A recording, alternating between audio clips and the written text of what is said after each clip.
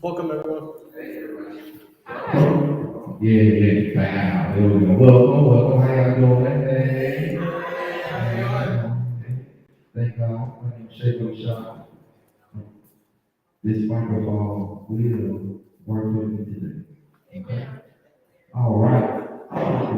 We're gonna start off. Let's see. Okay. Boom. There we go. We're gonna start off a great conversation. Like I said, my name is Shaker Shot. This is the Black Network, and we are here to speak about Black love. All right. I want to introduce my co-host, Sarah Lynn. Hey y'all, my name is Karen. Y'all can say it. Hey. I'm just checking my proof of life. I got through it. Y'all been blessed on today? I know it's going to be. So I'm thankful to be here and be a part of this. I love working with y'all. It's awesome. I'm grateful to see y'all down today. And I want to give all credit where credit is due. This conversation was the brainchild of some good people, some strong hearts. Justin Ashton, Boaz Smith, behavioral health Williams, you know what I'm saying? And all brothers in the Thing Like This Network, we wanted to really get to the nitty gritty gristle, and we wanted to do it in sincerity, do it the right way. And so we went to somebody who knows, somebody that can give us some understanding, some clarity, justice. And thank you very much. I really appreciate you starting today. Thank you. Thank you for having me. I'm Jessica Smith. I'm the owner of Smith Behavioral and Wellness. I'm a licensed therapist. And this conversation actually came out of the conversation that me and my business partner, Ashley Shelley, had. Ashley and I have a business together that is SMS Holistic Wellness. And this is a thing we talk a lot. We're both women. We talk a lot about our experiences. And then we would also speak with our male friends about experiences. And we would get different perspectives. And we were like, how do we bring this to the community so that we can understand perspectives, but actually understand, not talk to just get your point across, but to actually understand. So, yeah, this is what this is a product of. Thank you for having us. Thank you. I really, for real, thank you, because listen, I have relationships, right? And in my life, I'm coming to understand my relationship with women on different levels, like my relationship with my mother, my relationship with my sister, my relationship with my daughter, my relationship with my wife, and how communication, right, is kind of like it's like the driver of the relationship. You know what I'm saying? It gives like an overtone. I speak to my daughter differently than I speak to my wife, then I speak to my mother, then I speak to my sister, then I spoke to my old girl from like high school, and you, and what I shared about myself, I learned that, there was a certain amount of me that I shared with myself through these communications. So,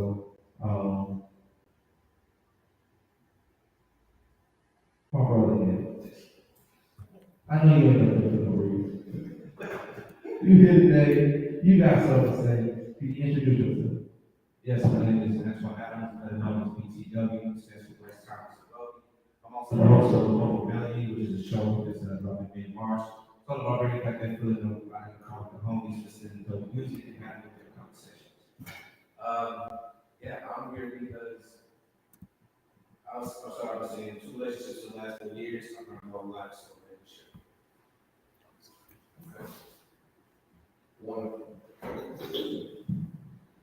Awesome, awesome. So, if you could share with us, right,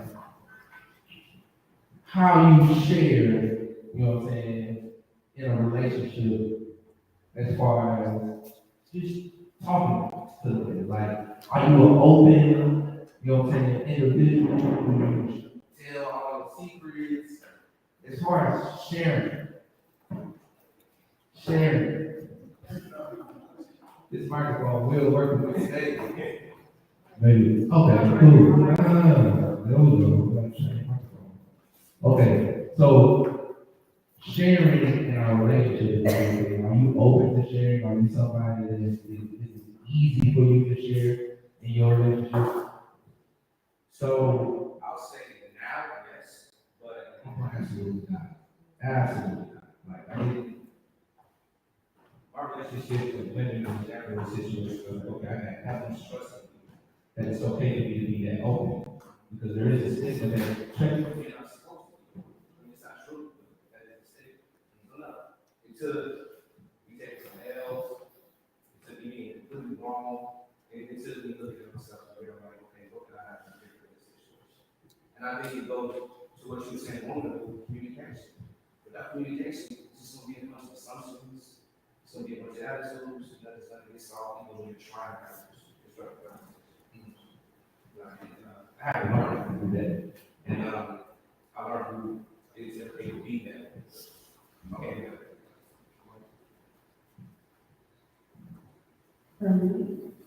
Am I open to sharing? yeah, Terry, are you open to sharing? He just looked at me like I was supposed to know what he was doing. Yeah.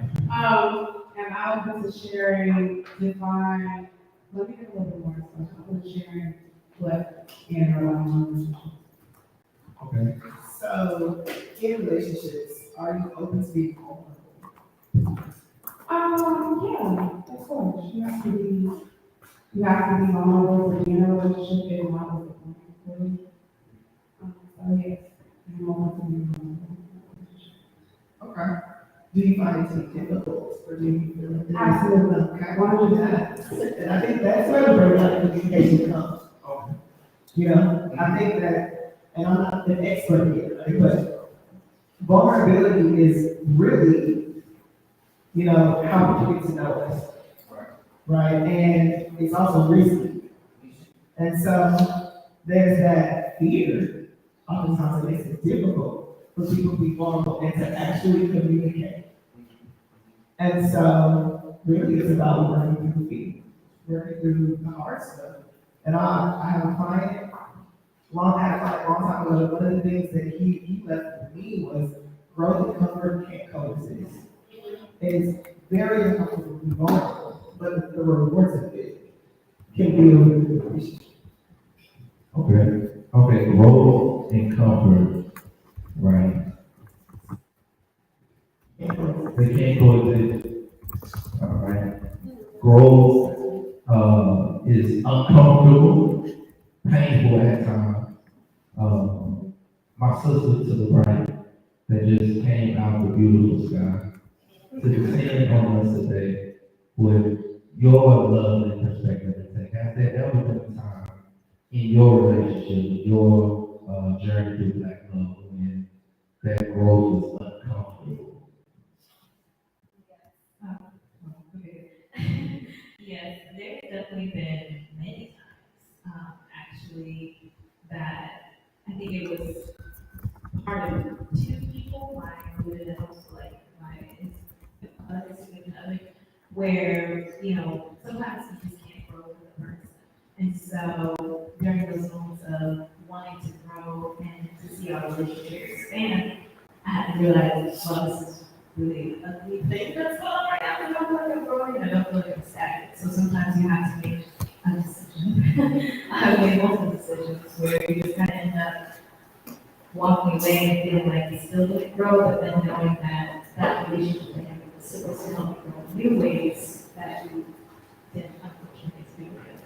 So that's what I'm struggling with. My relationships, I've definitely gone many times where it just seems like I feel uncomfortable to grow with another person, how to to do that authentically when there's so much miscommunication.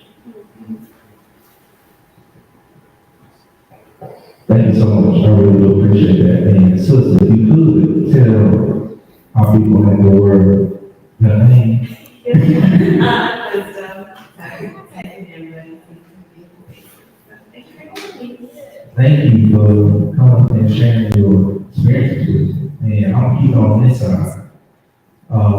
Battling that growth and uncomfortability thing. My brother on the end, you're very dapper, you're very strong. I really appreciate your style. If I can't say, you know what I'm saying? If I can't say, I appreciate your style. Has there ever been a time in your uncomfortability in communication in which you felt unheard, you know, in your love journey? Have you ever felt unheard? Yeah. There's been many times that I felt unheard in our relationship, especially when I didn't have the answers. And I had to go seek those answers, but there wasn't patience behind the person I was with. It's sometimes, a lot of times in relationships, we expect instant gratification out of our partner, and it takes time on both sides, and I have to understand it for myself and the other person. I guess introduce myself. My name is Michael Taylor, but I'm better known as Google Mike. I'm a poet here in Nashville. So we'll leave it at that.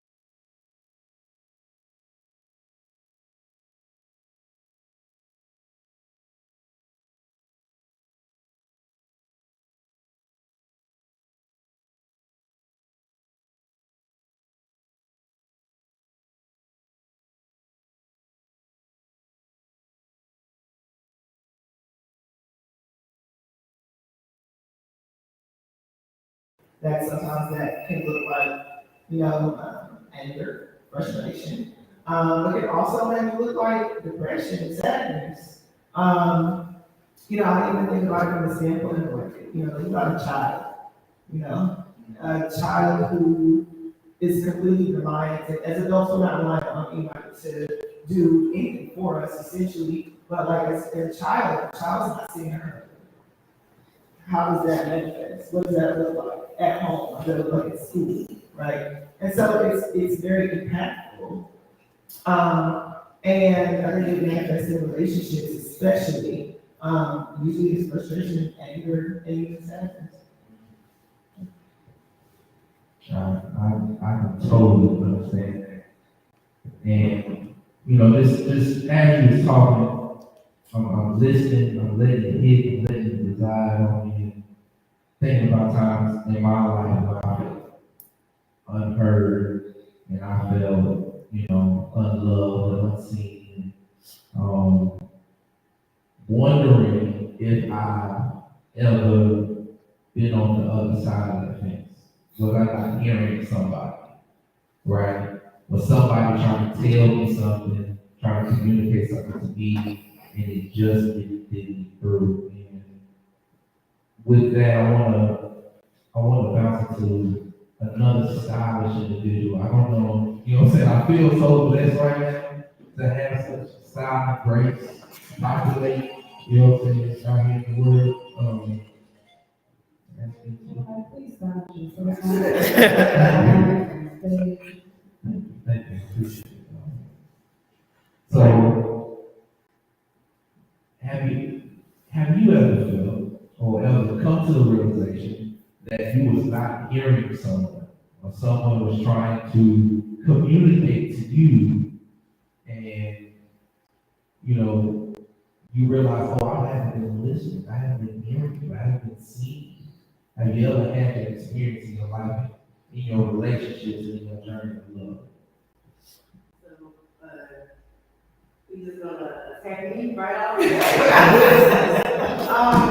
This is something that, I definitely have learned to just try to incorporate a little bit more into my practice. And when I say practice, I mean relationships, friendships, things of that nature. When we talk about what it means to be heard, I can often mimic just the times where I learned to hear the voice of God. And I have a poem about it, I'm a poet, by the way, where I say that, you know, God has been my training wheels, right? And he's always been with me, he's always been talking, but I just haven't been listening.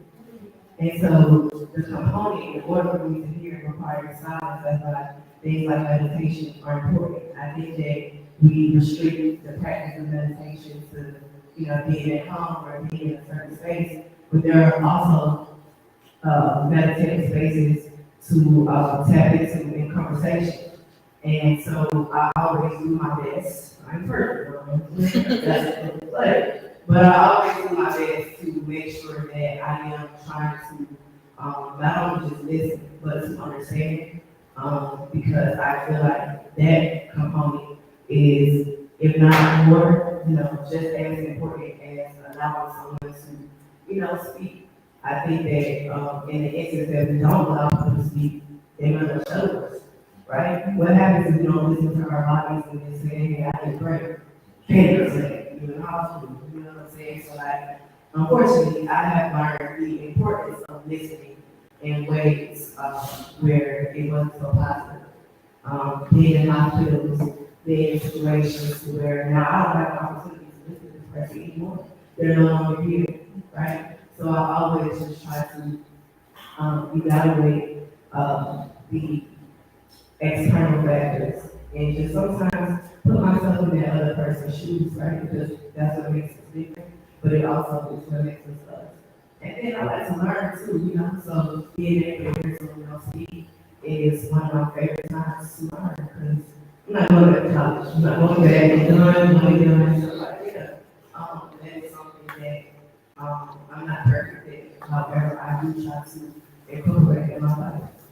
Listen. Thank you. Listen, we all need time, take time, to perfect how to listen. And, now, one thing that I was thinking about in preparation for this conversation, right? I want to bring something that has some meat to it, to the conversation about communication of love. And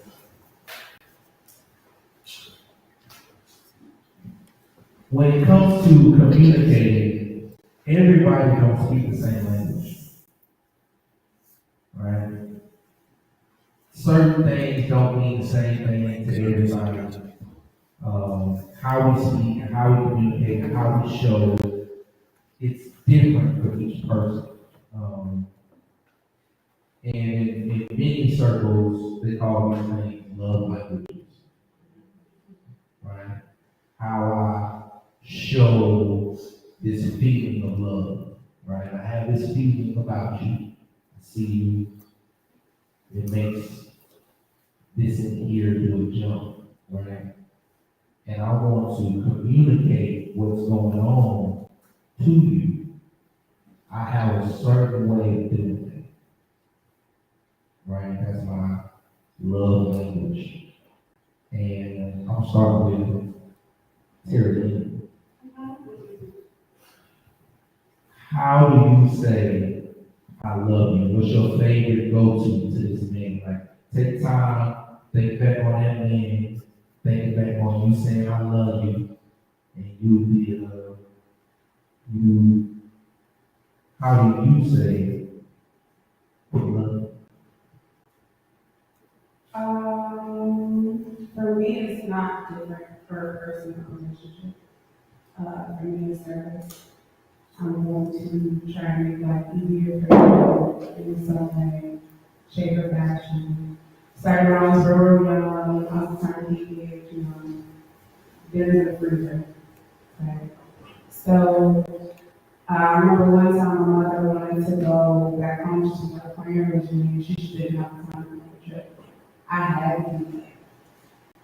Maybe 11 or 12, plan a whole trip, the ticket, or call my aunt, or I'm gonna stay with you for a few days and we'll hotel for a few days. I could rent a car. Like to the point where my parents would give me their credit cards when it was time to like do important things because they knew I would just get it done. I was like a family secretary, but because I really enjoy like making life easier for people. And so, I said, for me, that doesn't vary, per relationship or per person. That's just who I am and how I love people. Thank you for sharing. You're gonna make my life easier. Oh my God, that's love. That is love. What do we how do you say I love you? Like, what's your way to express that? Well, first of all, I'm direct. I'm going to tell you. It's just, I don't like any assumption about it. Two, I'm going to have to think back to Terry was saying. It's like, say for example, I'm with a woman, she has a hustle, she has a business, she has. I'm in love with this woman, so how can I use my resources to help you grow? You know what I'm saying? What can I do to help you in this situation?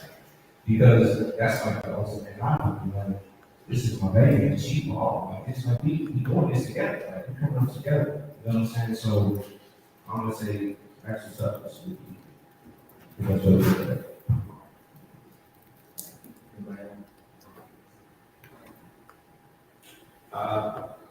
Hello?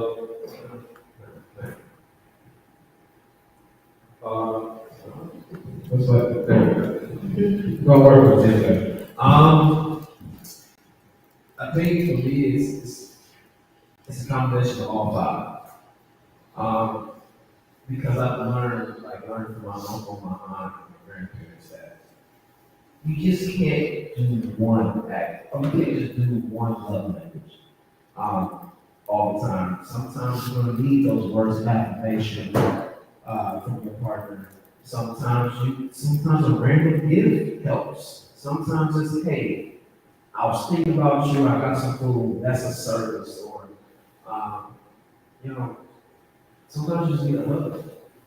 And I have to watch and learn from that, like, I don't want to say one thing, but love itself is multiple things of that. So I do all five. Hold up, wait a minute, so now I have to back it. All right, so let me tack this on to those of us who like to answer that. Of course, we do wrong. One question I do want to ask is, which one do you find yourself doing naturally more often than the others? And for all of us, those of us who have answered that, how often do we ask our partners how they want to be? Okay. One I gravitate to the most, it's gonna be acts of service. Yeah, you trying to cheat, you trying to do It's just, that's ignorant. But, the acts of service be cooking for you, or taking out the trash, or, running your shower. And making sure I get back to the second question you asked, what do they ask? How often do you ask your partners, whether it's friendships or romantic, how they would like, what is the love language that you prefer to receive? For me personally, I observe my partner. I observe the things that they go through, right? Like, I think that's just like, sorry. Just hold on.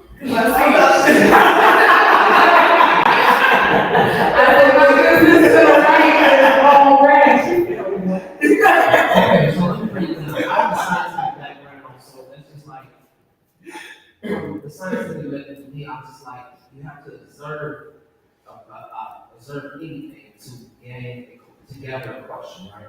So for me, I always observe, no matter what the situation, be it a friendship. Should I talk to this girl? Should I talk to this guy? Should I be friends with this person? Because if I don't observe how you move, and if you move the wrong way, I don't affiliate myself with that. So it comes back to even my relationships, that if I'm seeing you struggle in your finances, hey, maybe we need a budget right here.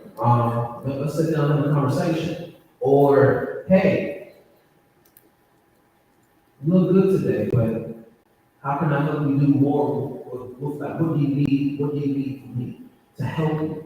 If I pay attention to your weaknesses, like if you pay attention to my strength, pay attention to only my strengths, how do you know what a person's weakness is? Okay. If I could translate for my brother, if I understand you correctly, the way the question was, how often do you ask your significant other person on the other side of the fence, or how do you ask them how they want to be loved? Like, what is the love language that they are accustomed to hearing? And he said, he answered this question because I was listening very attentively, very attentively. He said, he does this through observation, all right? And so, in observing the life and, the interactions that they have,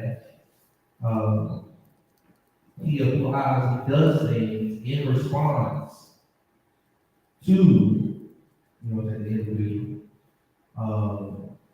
And I guess he's using the things that she's doing, that response as communication. Like, I'm hearing you through observation. I'm hearing what you need, what you want. I'm hearing that through observation. Because a lot of times it doesn't come out, as a sentence. A lot of times in love, you don't get a list of things to do. I think it takes a huge individual to be able to be that self-aware to come into the relationship like, this is what I need. I need back work. I need you to call me on Tuesday and tell me that I'm doing a good job. And this is what I need to say that you love me. And if you do all of these things, I'm going to be like, this woman is great. She's everything I need. I think it takes a while. And so, in the absence of that self-awareness, one must be very attentive to the individual. I have to study you, because you might not be able to come out and tell me exactly what you need to be looking right. Okay. And also, what is it to just ask? What is it to just ask? And I do think that observation is something observe, see, that tells you a lot, but what is it to just ask the question? One of my very favorite books is Four Agreements. And do not assume is one of the agreements. And when we assume, we essentially set ourselves up, right? And so, what is it to just ask? And if that person can't tell you, then maybe they'll get to it. Maybe they'll get to it. Maybe they'll be able to tell you straight off the rip. But just asking is like the simplest thing you can do. And oftentimes you get an answer, even if it's, I don't know. The other piece is this goes beyond, I think, the love languages. It goes into how can I support you? How can I help you? How can I, not even necessarily what you need, but how can I be of assistance to you in this moment, in whatever you're doing? And I think that brings it back. It's very specific. Very specific. You get some very specific answers that puts you on the right path to actually doing what that person needs you to do. So simply just asking a question sometimes gets us a lot further than just observation, right? It can actually help us to know exactly what they need and meet that need. And that's going to deepen that relationship. That's going to deepen the trust. That's going to deepen the relationship. It's going to deepen the connection.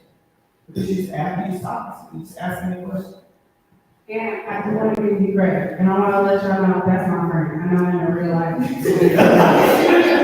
I'm not just picking on him, like, I know, but it's cool, we don't pick on that. But you did say, when you say you observe, you said, well, first of all, I observe. And that put me on the path, like, okay, let's come on with the second one. To kind of merge those two together, something my partner, we had, not attack, but I'm very quiet until he lets me. He observes me. He observed my movement the other day. And then he asked me, are you observing me? So the observation is beautiful because and I will not speak for all women, but I will say that most of the women that I associate with really enjoy you can observe their new changes and their switches and, the things that set them off. Because a lot of times, you maybe don't feel like having that conversation. I'm a person, if I don't want to talk, I'll tell you I don't feel like talking. But I also But we appreciate you being able to apply that and then ask and confirm it.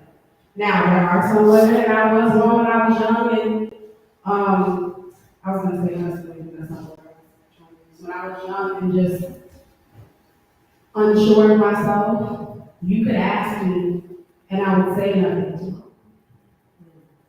Now I'm to a point when I realize those nothing is wrong, where really I don't know how to articulate it, or I don't want to talk about it. And I didn't know how to say those words at that time. But though that comes back to growth, that comes back to realizing who you are in your relationship with self, which is something that we tend to neglect before we create a relationship with someone else. But we do appreciate those observations. Because a lot of times we don't even want to know them. But also, please ask, please confirm. With that, thank you.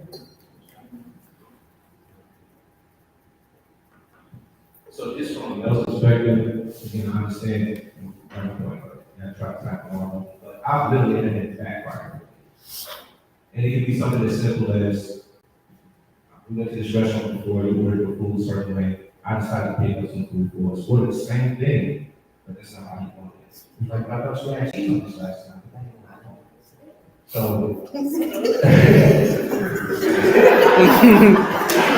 I love it. You see that like, I just find it works better for me if I ask exactly which one. And just trying to like, how can I help out with that?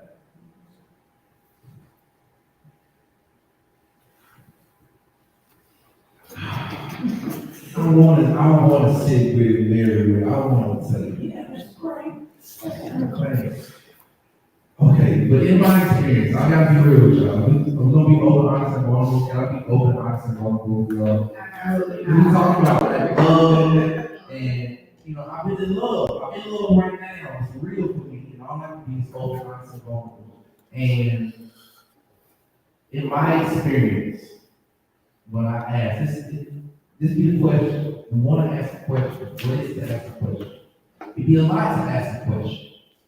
Sometimes I ask a question, and the response that I get comes some extra energy. Some real extra energy. You know what I'm saying? Woo! So right now, they do it.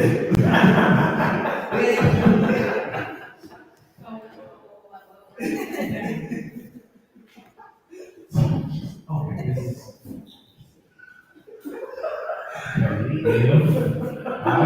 It is okay. I'm not trying to be combative, but I gotta ask this question. Sometimes I don't know. This is the question that sticks in my craw. Baby, what's wrong?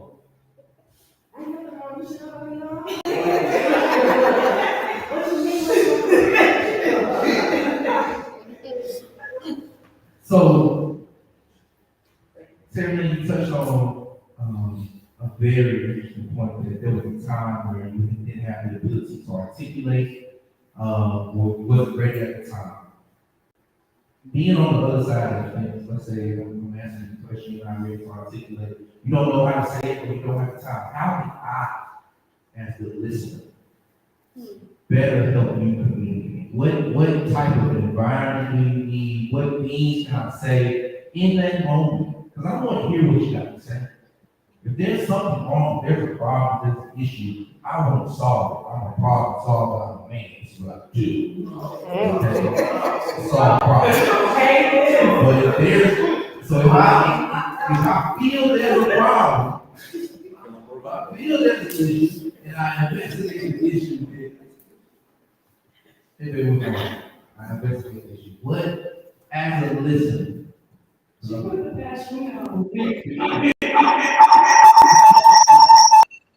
make it better, to make it easier to communicate. How can I facilitate this communication? Because I definitely want to hear it. I think it is beautiful that you want to do that. I'm so sorry. The first step is realizing that you can't go into my refuge. There's nothing you can do.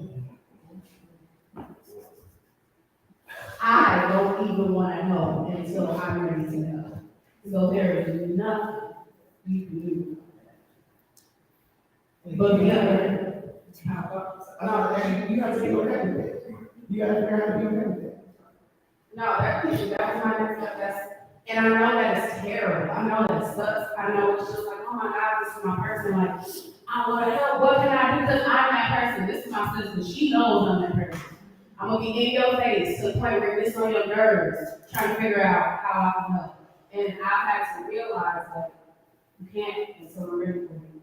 You can't force the solution to my problem until I am ready to, until I'm in a place of solutions.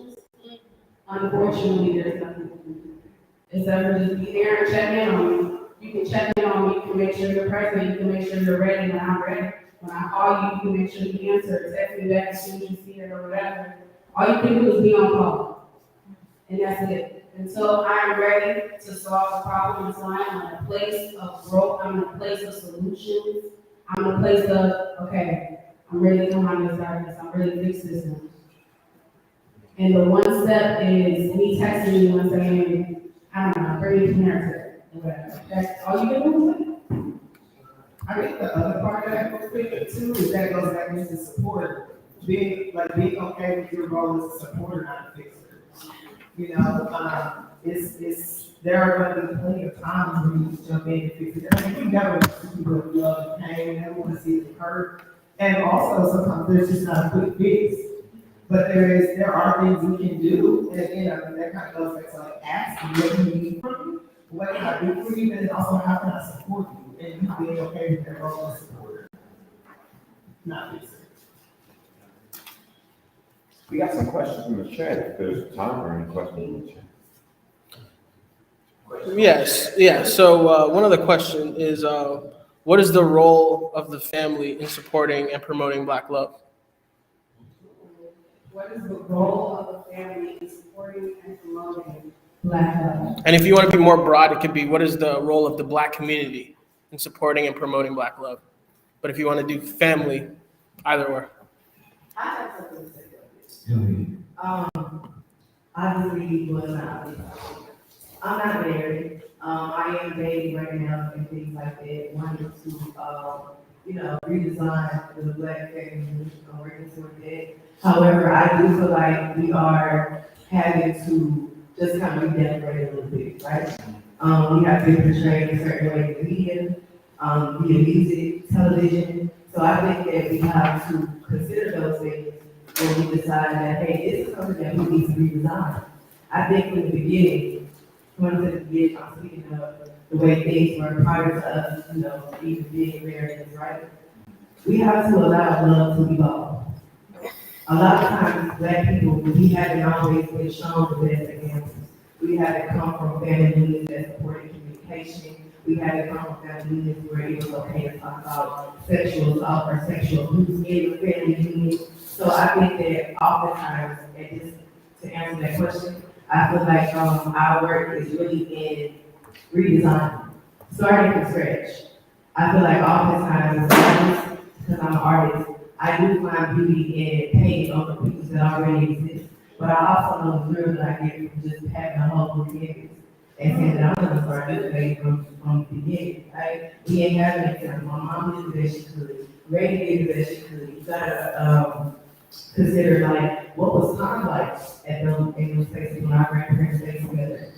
You know, people were outside that were hunting with us. It's probably best you stay in this house, even if it's not a safe space, or a space that's conducive to communication and support and love. So we have to, you know, just kind of consider all parties when we think about things like that.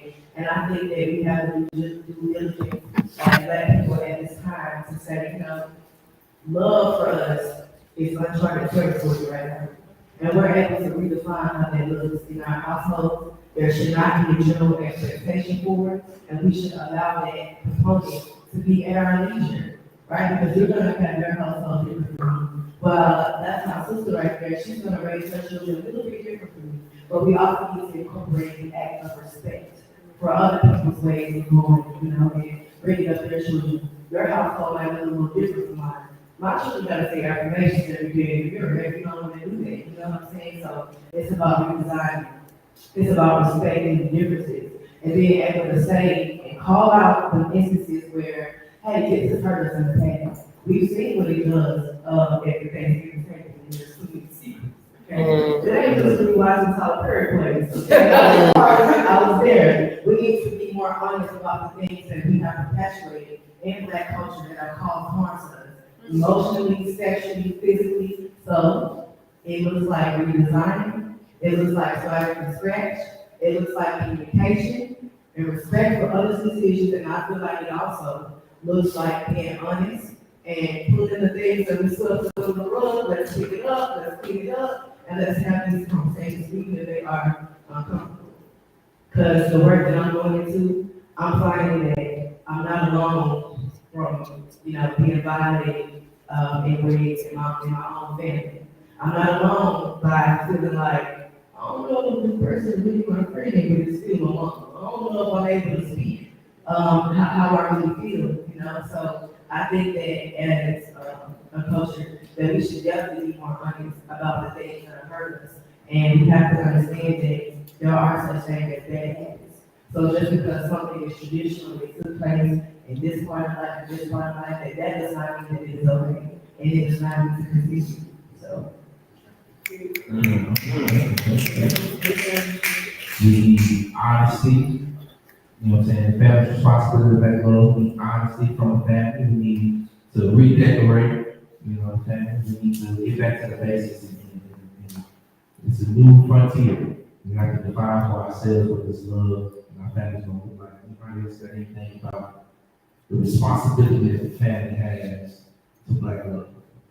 We're speaking from what we had household and family, for me, it's breaking generation curses.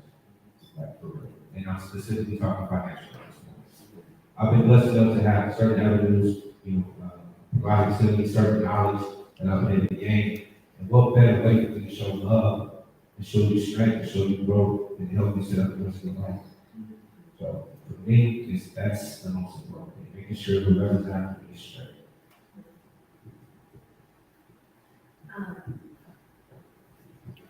I think for me, a lot of what Wolf said really resonated, but, you know, even in my own family, we've changed so much. And I think that as families evolve, especially Black families, we have to be open to how the Black family transforms in this space. Because there's a lot of things that from previous generations and previous things that really weren't helping us. And it's all about coming down to actually having some form of accountability and also being able to recognize how to create positive, healthy, long-lasting memories. Because even right now, you know, I just, you know, moved back a year and a half ago. I moved in to live with my mom. My brother came back and his wife were there. So now we're having to figure out, like, okay, you know, we got, you know, the maternal hierarchy right here with mom. You know, we don't have there's no grandkids right now. So it's just like all adults up in here, you know, like how can we figure this out and make it, you know, a healing for all of us as we're in different parts of our lives. And I think, you know, the more that we can be connected with ourselves, the more we can connect with others. And that's how we can help heal part of the solution, right? In my eyes, it's healing Black family. I think that a big part of it is our own self-worth. as individuals. Every individual in the family makes up part of the family. Yeah. Right? And so our own self-awareness, our own understanding of what triggers us, our own understanding of what puts us in a place to be so angry with our kids and we curse them out, or we, come at them a certain way. Our own understanding of, how maybe someone hurt me and how I bring them to them. Is it safe? Is it safe in my family to talk about these things? And a lot of the reason I believe that there has been so much trauma and hurt is because it hasn't been safe. It hasn't been safe. Family secrets, it hasn't been safe. We haven't created a safe environment to stop those things. And so I think it starts with our own, as an individual, self-worth, right? And knowing who we are and raising our kids to know who they are and to come together to be who we are, right? And so I think it all comes back on us as individuals to take responsibility of that work and how it contributes to the family and the greater community. So yeah. One, Because Michael, he put he's such a man.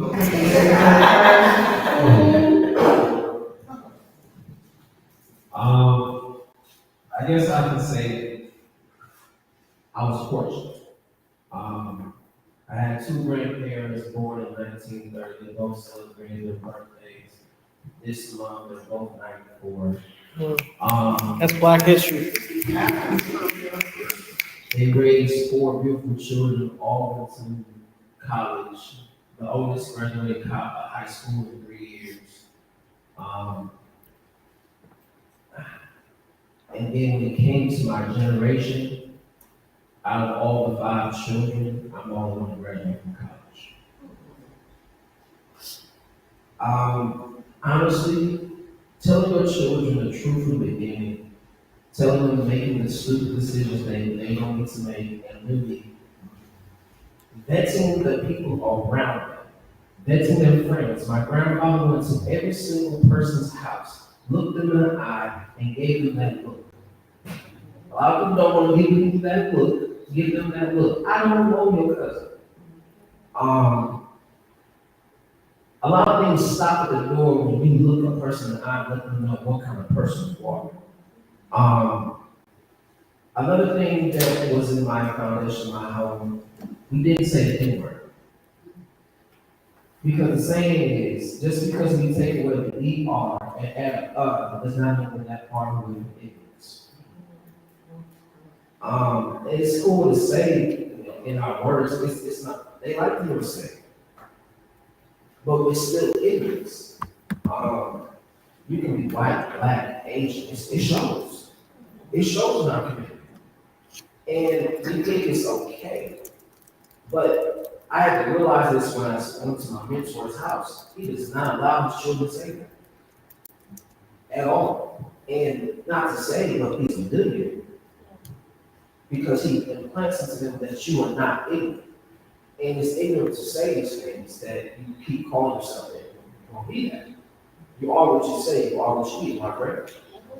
So, you also have to push your children and put them in uncomfortable situations.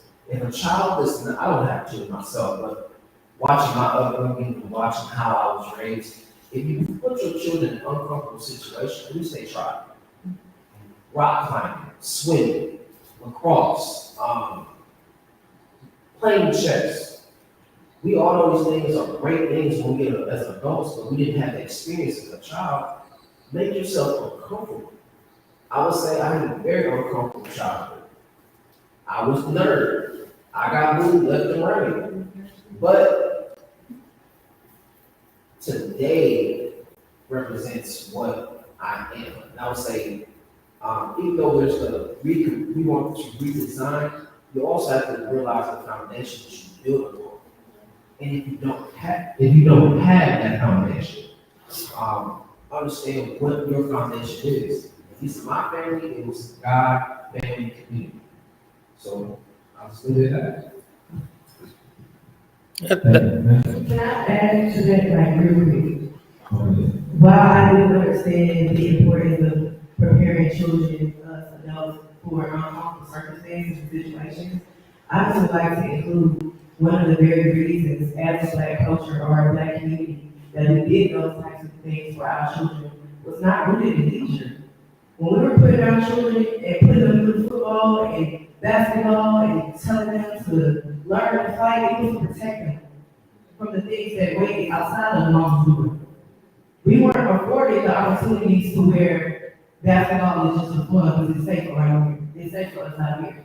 So I feel like in a way, while we might look at those types of things as implementations to create strength in our children, the reality of the fact is we were actually trying to prepare them for what waited outside. Thank you very much, I appreciate that. You guys have questions? Oh, yeah, and it actually relates to what you ended your statement. And, since we're in a church right now, what are some roles that faith and spirituality can play in Black relationships? What are some roles that faith and Black spirituality can play? Faith and spirituality. Yeah. Oh, man, this is, I'm starting off, I think, as far as what you understand a relationship to be and what love to be is largely based on your faith and spirituality, right? A lot of us were raised a certain way, and during our upbringing, we was taught that love is X, Y, and Z, and the idea of marriage, right? Two people coming together to do this ceremony, it's tied into religion, right? The way that we did it before we had, church buildings and formal religion, did it look the same? Did that ceremony, right? It didn't come with wedding bells or a bride and groom or, a pastor, right? It might have been your parents and my parents sit down and have a meeting and trade resources. And now you and, my son and their daughter came together and now they're family. You see what I'm saying? So what we know as a relationship is heavily influenced by this thing called religion and spirituality as far as the framework. And I like to add a little caveat in there is, how has that influenced what you feel is a relationship? Right? To a lot of people, the pinnacle of relationship is getting married. Literally dressing up in some clothes, coming to a building called a church, you know what I'm saying, playing the music, walking down, y'all pour the sand in the jar, you know what I'm talking about? And pour the sand in the jar, and if you're real Black, you might jump over a fancy room. Okay? That is the pinnacle of relationship to them. That's the creme de la creme. So, what does that look like for you in love? How does faith and spirituality play into what you see as a relationship and what you see as love? All right, let me start by saying all PKs are in. If you don't know, it doesn't apply. All PKs are in. Okay, so PK means atmosphere, frequency. So as y'all know, all my life I've been in church, choir rehearsal, and Bible study, in the church house, 3 4 times. So with that, what I will say that my organized religion taught me about relationships, what it taught me book-wise was, this is the pinnacle of marriage, just like marriage, blah, blah, blah. Men respect your husbands, or men love your husbands. Men love your husbands. We're not saying that people love your wives. I should know these, but I got church work with. But y'all know the Bible. Apparently I don't. now, but y'all know where I'm going with it. Yes. Because I saw Deacon sleeping with me in the soprano section. I saw Deacon sleeping with the choir director. I saw a pastor sleeping with someone who was not first lady. I saw everybody in a position doing something they have no business doing as an elder, a deacon, a bishop, an evangelist. And for me, I was just like, wow. This is what y'all want me to believe about marriage, is that it's nice on the front, and then y'all go through whatever y'all do. What I learned by spirituality and faith was that you do make sure that you and this person are equally yoked. That is something I took from it, didn't stutter or didn't mess up, because that is what spirituality taught me. My soul and your soul have to be on similar missions, ones that are gonna fit with each other. You know, my daddy always used to say, but my daddy didn't never, but my daddy always used to say, romance without finance is nuisance. It is. It is. Romance without finance is nuisance. So yes, it's about being able to support each other financially, but also your spirits have to be equally yoked. You have to be able to go to your partner and say, I don't love you. If that's how you feel, you have to be so tied to this person that I want to protect you, even if the person that's going to hurt you. You have to be able to say, I don't feel the same. I'm not happy anymore. You have to be able to tell this person the truth when it hurts you, when you know it's going to hurt them. Because if you go out and you sleep with such and such, even at what they call these days an emotional cheating, which sometimes can be worse than physical cheating, that is going to hurt 1,000 times worse. And that happens when you don't have spirit with that person, when you don't have faith that that person is telling you the truth, that that person is being honest with you, even when it's uncomfortable, even when it's going to hurt you, even when it's going to hurt them, even when it's going to hurt your kids, when it's going to hurt your mom, your dad. You have to be able to have these types of conversations with that person. I'm not saying it's going to happen as soon as you because that's typically some people don't do.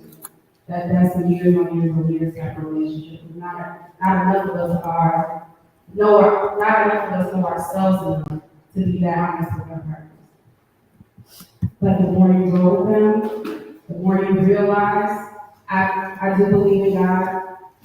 Me and my partner, we have that conversation. We don't really go to church anymore, but we pray together. We read the Bible together. And even if it weren't that particular faith or religion or system, that was how we showed our love for life and God, source. We would still have to do something that brought us together, something that, again, tied us by spirit in order to say, I'm going to be your rock. Even if the heel that is bruised is mine, I'm going to be your rock. Even if the wind that knocks me over is you. We have to be able to hold each other to this. My longest relationship was almost 4 years. When we broke up, we both told each other we weren't happy, and we cried ourselves to sleep in each other's arms. And that's how we left. And we're still friends to this day. And we just have to realize I'm not your person, but I still have such a deep love for you that I can't be the reason that you're stuck in that unhappiness. And I'm about to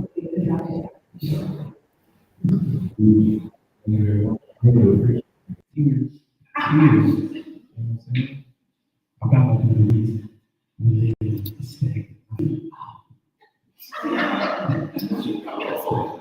That's real. That's real. And that comes from having something bigger than the two weeks to celebrate. And that is spirit. That is faith. Anybody else? Come on, bro. Tell me, talk to me about your faith and your religion plays into your relationship. So I'm gonna go way back. Back when I was just truly a mess. I was the child in church that destroyed the flower, every church Right. Truly, I speak on things because I did not understand myself when I was a child. I fornicated in church once. But I was under the influence of someone else telling me like it's okay. Because they did not have they didn't understand themselves. So I took that from that situation and, you know, I blame myself. I blame myself a lot. I was going to hell. College, I was like, well, since I'm going to hell, I might as well just do all the heathenish things in the world. And, you know, and it came to a point in my life where I was flunking out of college. I dropped out, truthfully. And I was sitting there flipping pancakes in a Waffle House. And I'm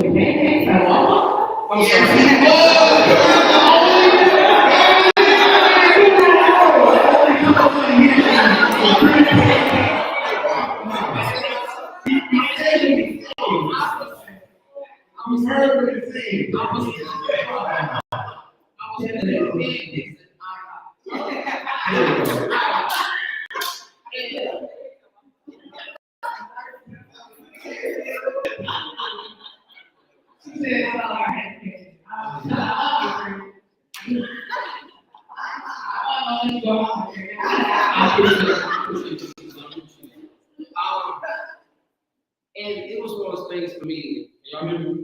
Okay. So it was one of those things for me that I sat there, I was like, do I want to keep doing this for myself? So I had to pour into myself. I started listening to motivational speeches to uplift my spirit. Got back in school. I realized that, and I had to realize this, religion is the practice of something continuously. And faith is what you believe in. I have to start believing in myself. I have to believe that I don't need to make these choices. I have to believe that I can do this, I can do that, I can do this. And it's every day that it's poured. I have to pour into myself. It sucked. It sucked. I failed tests left and right. But I did those things to keep the faith, one, in myself, and two, in my family, to show them that, hey, I can do this. There is still faith in this family. There is still that this one seed, no matter what the situation, this one seed got out there and grew and became a sunflower. And, you know, it goes back to, like I said, my faith. Like, I see myself as a Christian. But I know things now I would not do, and I would not condone anyone else to do, because, you know, like how you're saying how ministers were doing things in church.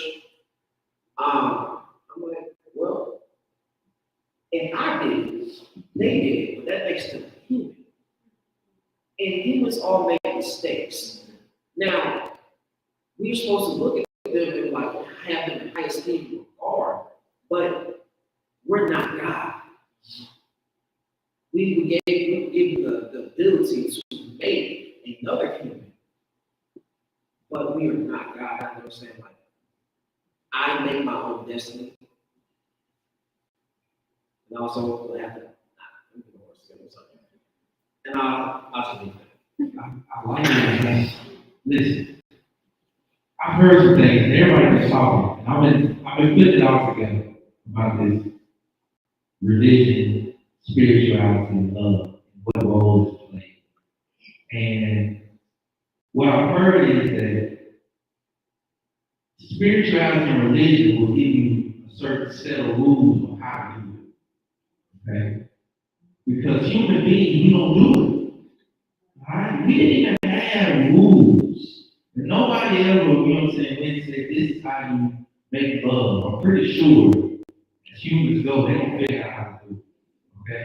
A lot of us figure out how to do it on our own. Okay? We desired it, so we wanted that boyfriend, that girlfriend, that somebody that was ours. We wanted to hold them close. We wanted that love, that connection. And so our question is, when it comes to these rules, acting outside of the rules, like you said, bro, the rules we keep, right? Are they necessary? When it comes to love, when it comes to relationship, right? And redefining what love looks like. For a long time, we went by this set of rules. It should look like this. All right? Do it like this. In our experience, is this still serving us? Is it still serving you? For your love, for your relationship, your ability, you know what I'm saying, to connect with another human being, are you still playing by the rules of religion, spirituality? Or are you out creating your own? And what does that look like for you? I have something for that, right? So I feel like oftentimes any set of rules are what done to keep people in line. If we want to go a little bit further, it's really to keep people under control, right? So when we are defining these rules in our relationships and our friendships, I think that we're coming with the intention to not control, but to hold someone accountable to the promise that we made. If we married, the promise that we made for God and our family, that we have a cross that threshold, the promise that you and I made to each other. So what are the intentions of the rules? So now we got these rules in place, so we don't come with rules and we don't cheat on each other, right? Now you step outside of that rule if you want to, right? And what service would I be doing to you if I didn't hold you accountable? So it's not about to control anybody. It's not about to disrespect or to give anyone off command, but all commands are rooted in someone else's experience in his life.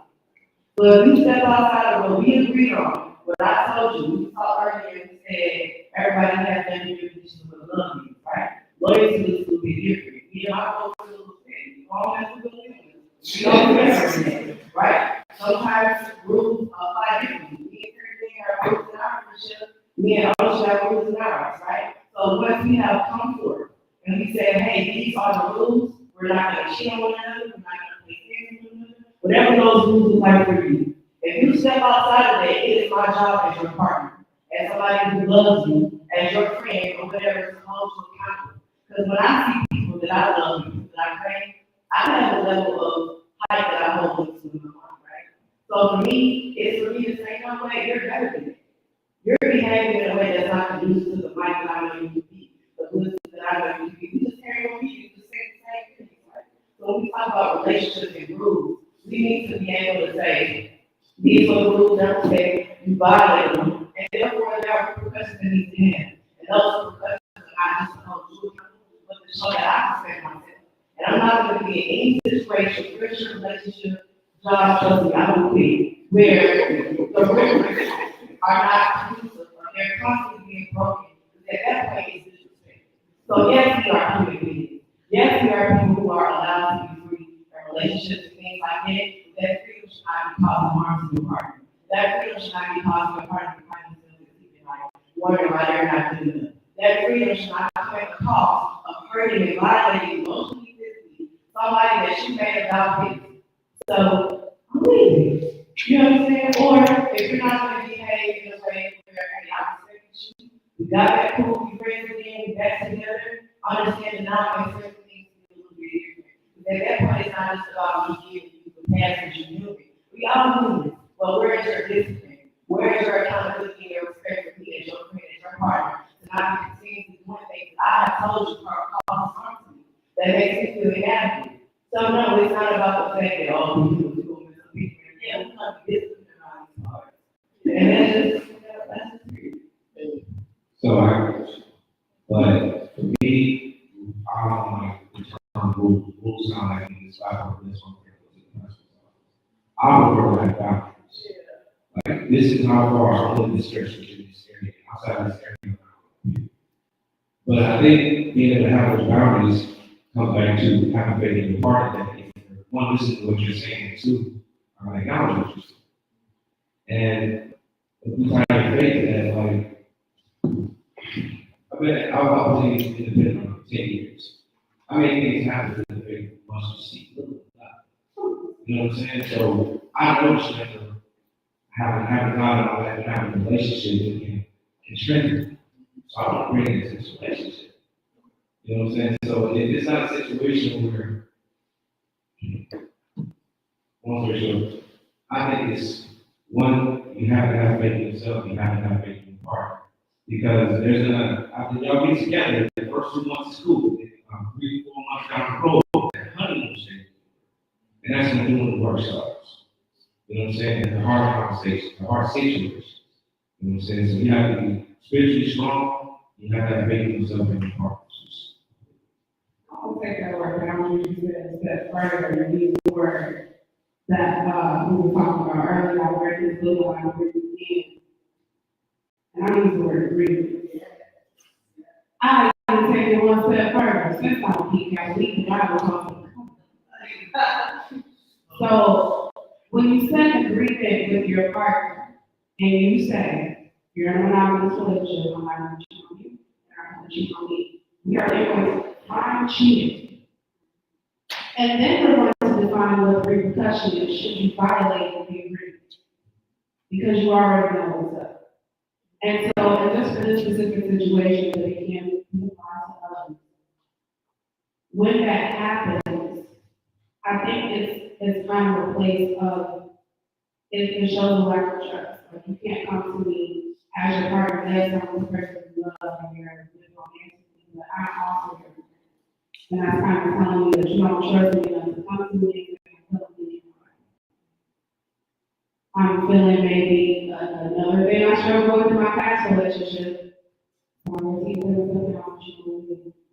Not being sexually satisfied and not knowing how to come to your partner with that. I can be super graphic, but fake it for a year and a half before I have a conversation. And it's been long, but I wasn't mature enough to have that conversation. And I was thinking to show my lack of maturity. I was talking to my friends, trying to figure out what they was doing. And at one point, it was advice, and then it became gossip. So you have to just really trust your person, operate within your agreement, and be vulnerable enough to tell your person, like, we agreed on this, and we can do it. And I don't want you to think that it's something about you, it is something about me. If you be my partner, I'm looking to you to bring it back up in this area. We can at least have an honest conversation about it, so we can make a decision together before we go. And I think that's the vulnerability piece, right? And I think that is where we get into, again, it gets into safety. The safe having those conversations. If I don't feel safe, what is it that I need to feel safe? Like, I think it also goes back to like the self-awareness. But like, man, vulnerability truly deepens relationships, and it helps to be able to deal with things in a different way, right? Like, you know, if you felt like you wanted to cheat, right, and you did, it's probably going to be a bit of a storm. It's going to be a lot to clean up. But if you go to that person, go to that person and express that, that's going to be a different conversation. It's going to be a hurtful conversation. It's going to hurt. It's going to be hard. It's going to be hurtful. But like that can be worked through if you're willing to work through it. It's going to be hard to work through the transgression, if you will. And feelings are going to be hurt, and you're going to feel violent. It's going to be so many different tough feelings. But if you can figure out what vulnerability is for us, and feel have a hard question, and trust your partner, like trust your partner. And if you can't trust your partner, to do something, that's a question, right? And so vulnerability can solve a multitude of issues, and also it's very hard to do. And it requires a true relationship with self, because you are essentially looking out for yourself and getting what you need and being vulnerable too. So. I just kind of wanted to add on to one thing that I definitely noticed in my previous relationships and friendships as well. Other than I hear people say, oh, you can have boundaries, but a lot of us don't know what our boundaries are. We don't know what our needs are, we don't know what our wants are, so then all of a sudden the conversations well, you never said. Like, how can I tell that I'm moving a certain way if you never said, I don't need to move this way, I don't like it when you do it that way, So I think, the biggest component to really reading in that true vulnerability comes from not only knowing yourself, but being rooted within yourself at all times. Make sure you don't come through situations or have these miscommunications as much as possible. I want to ask a question. This goes to everybody. I want to get a good sense because I think we all, I think we're all on the same boat. Has in your relationships in the past, right? We talk about boundaries, we talk about agreements, we talk about rules and understanding. In your relationship, I'm pretty sure everybody in here is in the same boat. Raise your hand if you've never broken anybody else's agreement. I mean, never, violated them in your relationship, never heard anything as far as they boundaries, never made it from you was 100% did everything, to the T when it came to our agreement because you care about them, you love them, and you don't want to hurt them ever. You're not ever in a position to try to hurt anyone. So raise your hand if you have never ever hurt anyone in your relationship. Intentionally or not intentionally? I'm just saying both. Both. I'm so mad at that intentionally and raise your hand. Either intentionally or unintentionally. If you've never done it. If you've never hurt anybody because you're so aware, everything that, everything about this person, you never hurt this person. Okay. Raise your hand if you've never done it intentionally. It's happened before, like you said, somebody was like, they wasn't able to tell you that this was a boundary yet, and then you did it, and then they came over and I can't believe you pulled away my red sock. I was raining. You were like, oh, what happened? You know what I'm saying? It was an unintentional, I heard you raise your hand unintentionally. You know what I'm saying? Unintentionally. Raise your hand if you intentionally bust the window out of his car. And a couple times. Raise your hand if intentionally, you know what I'm saying? You need two pictures to make sure that raise your hand if you intentionally, you know what I'm saying? Get out of the car. Get out of my house. If you intentionally hurt someone in a relationship. All right. So it looks like we're all in the same boat, right? We unintentionally hurt somebody. We intentionally hurt somebody. If you've been the person that hurt another person, and it was unintentional, as a person on the other side, how do you make it right? You put yourself in these shoes, this person that hurt you. You know it's unintentional. They didn't mean to. What do you say to this person? Or how do you make it right? How do you reestablish your boundaries and get it across to them that, hey, you can't do that. One, you gotta get over yourself. You gotta get over emotions. Because if you approach the situation emotionally, the outcome is pretty emotional. Two, you gotta have a real conversation with your partner.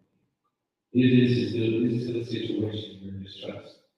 Do you have faith that this is gonna get better? Are we doing this work right now? If that's not, that conversation is happening, it's pretty important.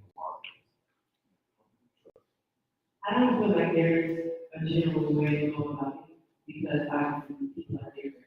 What I want you to make up for might look different for how he accepts apologies, right? So I feel like while we're able to have this conversation, I know people that have got elbowed in the eye on purpose, elbow in the eye on accident, the eyes will hurt. So we need to address the fact that while that might not be your intention, I am still hurting. And I feel like we often try to use, well, it wasn't my intention, or I didn't need to, as a means to lessen the flow, and that's not how you do it, okay? So, one thing that always helps me in my situation is understanding what the intention was. Because if you're moving in a way to maliciously or intentionally cause harm to me, then it might be a little bit more difficult to repair. If I feel like you didn't try to, you might be able to get over this, okay? However, I don't feel like the intention alone is enough to try to attempt to lessen the blow of the harm that's being done. So we need to address the fact that, hey, I'm hurting. Now you've done something to me, I'm looking at you sideways. My hurt is here. I think you did that on purpose. I feel like you moved in a way to purpose to make me uncomfortable and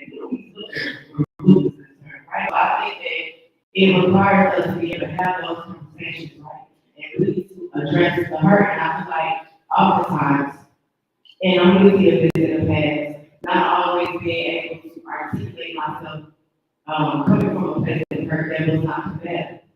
So when we just had a conversation earlier, right? And when Shai said, well, I tried to ask and she went off.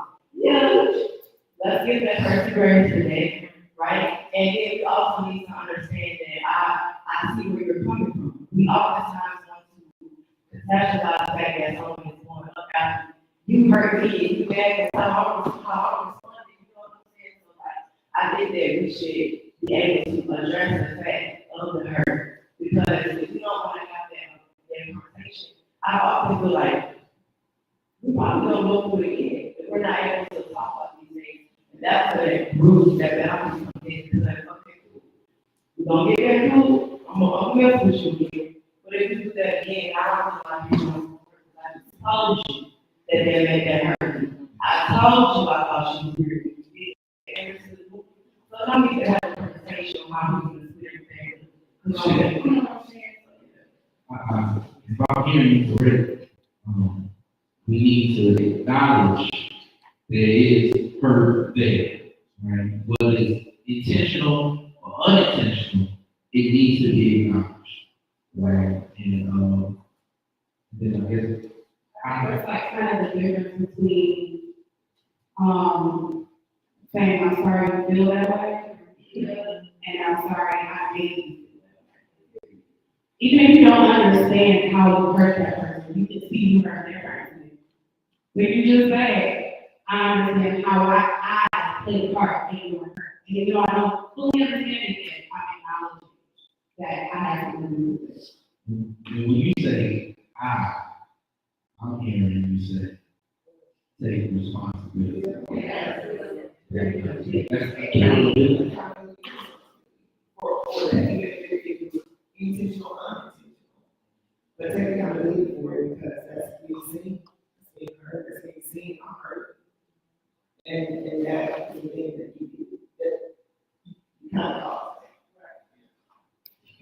So I have one question that relates to this, which I think is relevant considering the area that we're in, South Nashville. This area has actually had, during the pandemic, an increase in domestic violence or intimate partner violence. And so, that's harm, right? That's harm. And how do we address this harm? How do we make sure that the love that we're cultivating is free from, abuse and these kind of harm? That's what we were talking about earlier, about community and I come from a generation where if there was no food in my house, I was going to my neighbor's house, and okay, I need to go home, and I can make sure your homework is done. That's how she did it. That is what we have. I work with the church that has a battery intervention program. And just anybody who has had that issue, anyone who is, been locked up for domestic violence, anything like that, can come and get help in the community.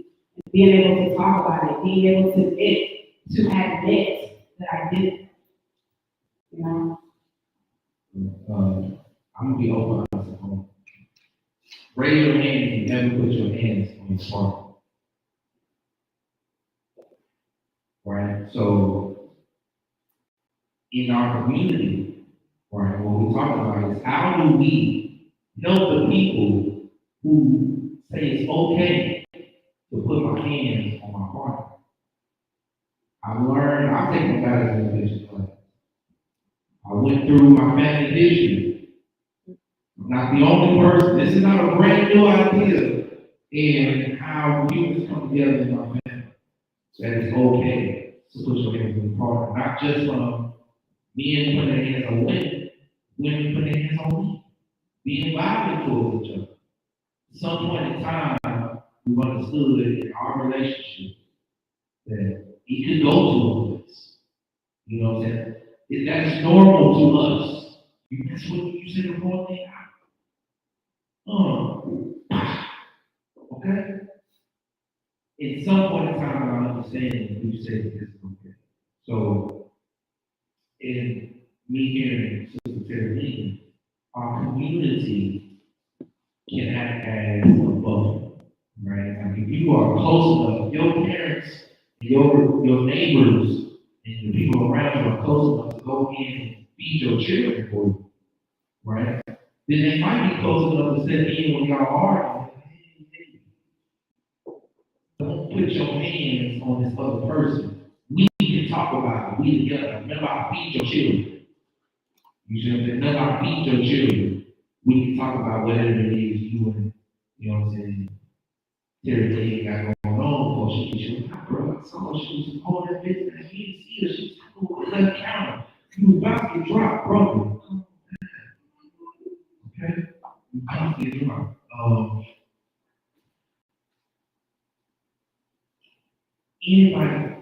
Anybody else, do you have a personal experience of violence in your relationship?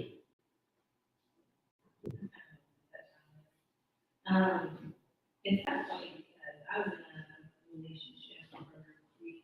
It wasn't a relationship, it was actually a marriage. But I like to say it was a relationship because I didn't know what marriage really was, even though we were legally married, you know, I was still someone that I cared about. But we didn't have marriage. It happened a couple times, you know, he was the first one to do it. And in response to my anger, it was something that I felt, okay, this is how I'm show up, I'm protecting myself, I put my hands on him too. Now, of course, when I went through therapy and different things, the therapist said, you know, that it's reactive abuse, but whether it's reactive abuse, non-reactive abuse, it's still violence. And I think for me, it took a very long time for me to understand what a relationship dynamic was supposed to look like, because I was going off with someone who had seen that in their family, therefore they thought it was okay to do it to me. You know, so I was going off of, well, this must be normal. I haven't seen my parents do that. But I was like, okay, well, this is my normal. That was my normal for a couple of years. But in those types of instances, you know, even though I knew that that type of behavior was wrong, that I was doing was wrong as well, there also had to be this real part of awareness within myself to figure out, do I deserve this? You know, because I think even in domestic violence situations, a lot of times we get to this point where we feel so low, we feel so down, we feel like, you know, this is what we're worth, you know, and we don't know how to really empower ourselves. And even that, you know, I would love to see more community wellness, more mental health resources for people who are, you know, battered or people who have been victims of that. Because there's really a lot of resources out there, but not enough people know where to go, how to find it, and what to do. I'm not a personal thing with that, but definitely more community wellness, hot spots for people to come together, and brothers and sisters, and what we want for our children at the end of the day. When you have kids looking at that, it's not, that's That's exactly what happened in your situation. There was a child who saw this growing up, grew into an adult, got into a relationship, and said to themselves, this is wrong. They get to their partner. Their partner said, well, I've never seen it in mine, but if this is normal, then this is normal. Okay? These are all these things, these are learned behaviors, right? Especially in our community, and that's why it's a really big conversation that we have to have when it comes to our relationships and it comes to love because our children, right, these other human beings that will grow through the same thing, right? They learn it from their parents, they learn it from their environment, and then it's normal, okay, grow up and do the same thing. Just keep doing something, all right? And so what I'm hearing in breaking your own cycle, right, there was an education into yourself, into relationships, and a certain level of self-awareness in educating and knowledge of your own self that's able to tell you, hey, this is me. I don't deserve a relationship. That's why I want a safe space. I want someone I can communicate with. All of these things about who I want to be with came out of self-awareness, self-love, right? And once you started, you get that foundation of love, right? And all the other types of love you build become better and better and better. I'm sorry, I have a perspective of this. So unfortunately, I've been in two domestic situations. I was the aggressor. I have zero tolerance for that, period. Because the main reason is I'm 240 something pounds. If I hit you eating, I'm going to destroy you. Every part of your body that I hit, I'll touch you. I've been in a situation where she was going home and so much I had to go over the mattress until she comes back. I've been in a situation where we used to have a residence and trying to build something, there's kids involved. And her, like you said, this, she saw it in a certain way, this is the way she had to live in her life.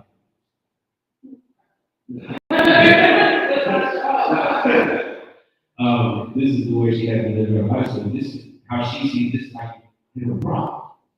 We got into a dispute, we face to face, we sure can't. So, of course, my first reaction is to, what I'm saying, like, let me go ahead and show you what it really is, but I stop myself, it's like, I put my hands on you, I'll leave. I would not back back. I have zero tolerance for that. If I got on my hands on this, is not space for me. So I said, you gotta have respect for yourself in that situation, like, I'm your better. I don't like, oh. I don't think that's one word. I've never been in that. I did have a man who put his hands on me, due to sexual limitations. But for me, it's dangerous. The domestic violence that I saw growing up, and the only instance of it was my mother marrying a person who was a year younger, and apparently it's really common for them to be both. You have a stressful job, you track and plan, you're in charge of about 600 lives per hour, making sure that if your accident doesn't happen. When he lost his job, he turned to God. He became violent. I remember one time he got to a ride with my mom. We were to a shirt off and trying to get to the women in the block. And my mother stabbed him in the neck with a barbecue. Luckily, this man did not die. I remember trying to figure out how I could take this man out at 13 because I didn't want to see that anymore. I remember being in the basement, dish trash, and I called my dad because I was scared. My dad showed up with all his brothers, my auntie, their husbands, both my grandparents, and everybody that I remember. So for me, I come from a family of people where they will kill you behind a domestic violence situation. So I cannot put myself in a place where that is happening. It's not safe for anybody. So of course, because I haven't been there directly, aside from that one time that I put his hands on me and I called people on, I don't know what the healthiest way to deal with that is. All I can go back to is having that community. Calling my father, who called his community, stop whatever was going to happen from happening. My dad didn't even pull out, he just said, look, me and Pamela haven't been together since Terry was 7 years old. And that's all he had to say. And you have to drag it up. So for me, when that instance happened to my mother, tribe shut. When that instance happened to me, tribe shut. Community was all I had for those types of situations. I know if I do something to you, I'm not gonna lie to anybody in this room before that. I'm trying to reach you. Because I just cannot fathom that happening to me. My mind is not all the way there enough so that fly. I still need therapy myself, I'm tricky. But community was always a buffer between those situations and myself and my family. So I love that you had community for me, and I love that you had my education is something I didn't know. But I always wonder what causes a woman to, what causes a man to have a friend who keeps marrying them. And I always wonder, like, first of all, as your friend, how can I be a resource for you when you're ready to work a resource? But what makes you, I hate to say it like this, because I want to wrap my arms around it like this never happens to me. I feel like this sounds like an attack, so please understand, I'm asking for understanding. What makes you stay? I have no response to that. I've been very open about situations that I've been in, that were violent, especially domestic violence. One thing that I definitely advocate for though is your own sense of independence, the ability to leave. When you talked about having your situation, you said, yeah, I didn't have that. I wasn't in a place where I could just do it. I know relationship situations tend to have an elongated suffering period due to the fact that we still depend on each other. Like if we weren't sharing the car, we probably wouldn't be still. If we didn't, if both of our names were on this seat, I would probably be. So I feel like sometimes, even when I think about like my great-grandmother, and knowing that I came from a family of women who were victims of domestic violence, feeling like I somehow added to, my family trauma by going into that situation. I saw my mom where I heard about my grandmother go through it. And it was something that I always kind of resulted to the fact that I'm probably going to be in a situation that we are having to depend on each other due to the fact that we are sharing resources that we both need to really have independently. But because we don't have our sense of independence, we are sharing things, and we do not need to be together, there are spaces where they can become violent, and I'm not able to escape right away. So if you ever heard my poetry, okay, I probably said, get your own this, get your own that, you know what I'm saying? So in the instance that happens, we're able to leave. My mom has always said, two women, even to the projects, that's what she acquired a lot of her attention from, the fact that she was beautiful. And I remember, I just had this conversation, why I am someone who says because we can look at it. Because we went through spaces of like having luxury, and then we went back to the project. We was living well, it was better than us. So because of that, I saw that my mom was in these types of situations. Somebody get mad at her, taking the car, taking it from me.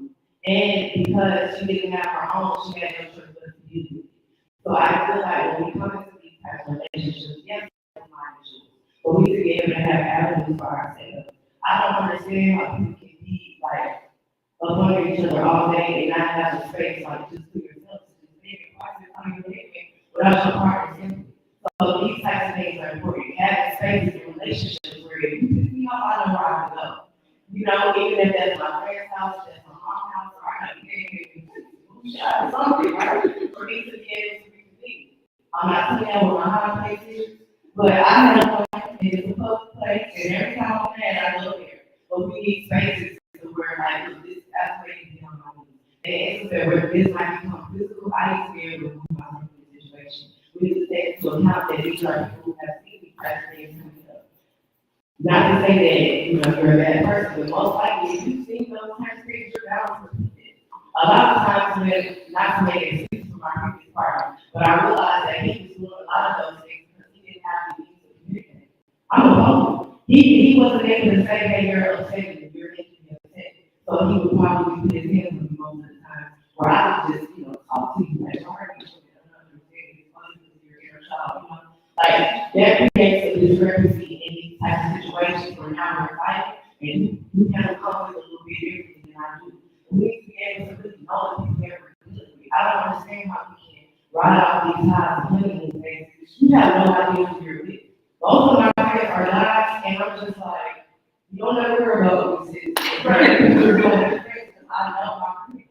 I know what they're capable of. I know just like they know how people look. We have to take into account who we're dealing with. We need to understand how they were raised on us. Did they come from a body of homes? Yes, your man is good, but if he's been in situations where he's with those types of things, he's not to repeat that.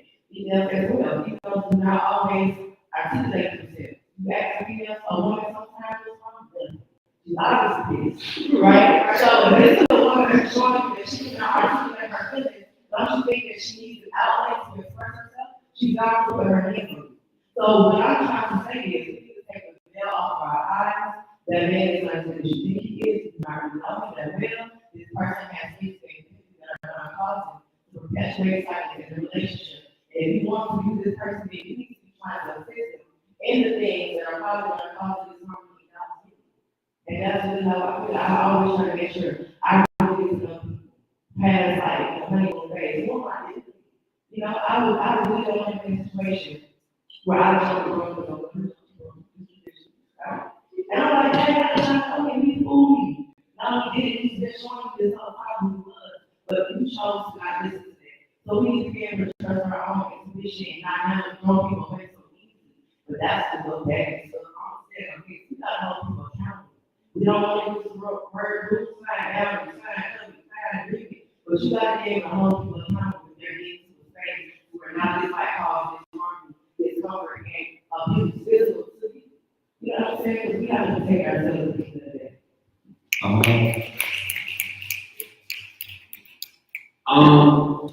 You got someone asked a question about what brings a person to domestic violence. I would say the number one thing is embarrassment. Never put my hands on them in my life because where I was raised. But there was a situation where dropped my friend off at work, and the girl I work at the time she works with, she pulls up with another man that's not me.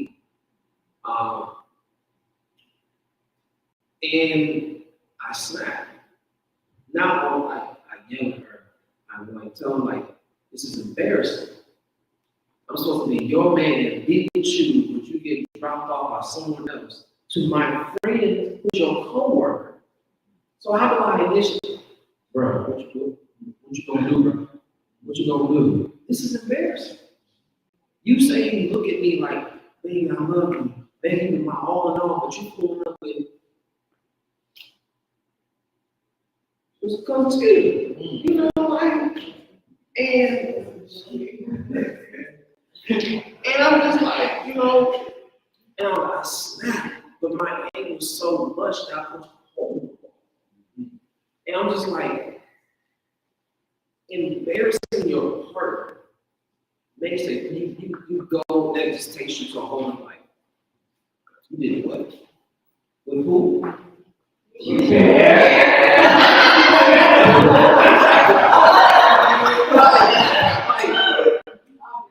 And it's like, I have to be honest with myself. I'm like, what do I do in this situation? I love it. Because I know, just like you said, brother, if I put my hands on you, I'm going under the jail. And not only that, it's the backlash of you're a woman abuser. You did this, you did that. But no one's going to go back to the why it happened, the initial reaction. Every action has a reaction, no matter what you do. From the way you talk to a person, to the way, so even like, hey, asking a person, how was your day? To, what the heck you do? You know.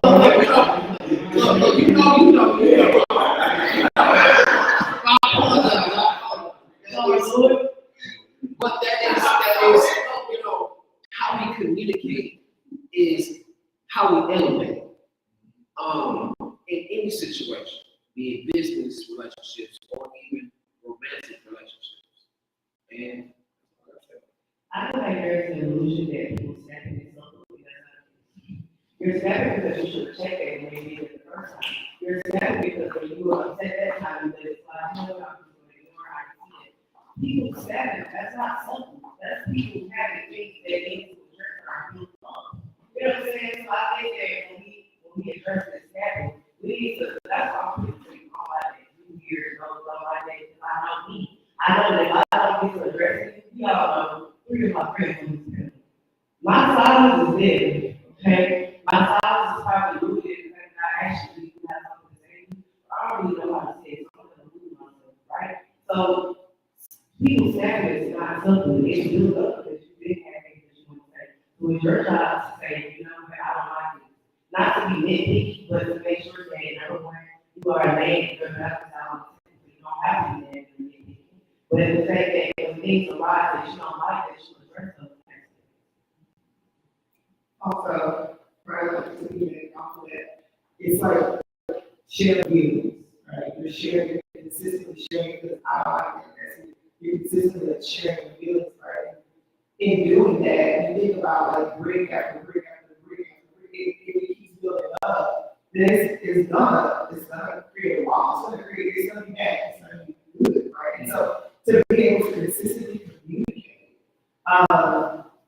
and the best way, I tell clients this all the time, one of the very best ways we can exhibit self-care is to take care of your feelings, is to communicate, is to share how you feel, to be able to say you hurt me, to be able to say I was hurt by that, to be able to say I was embarrassed by that, to be able to say, you know, that really made me frustrated.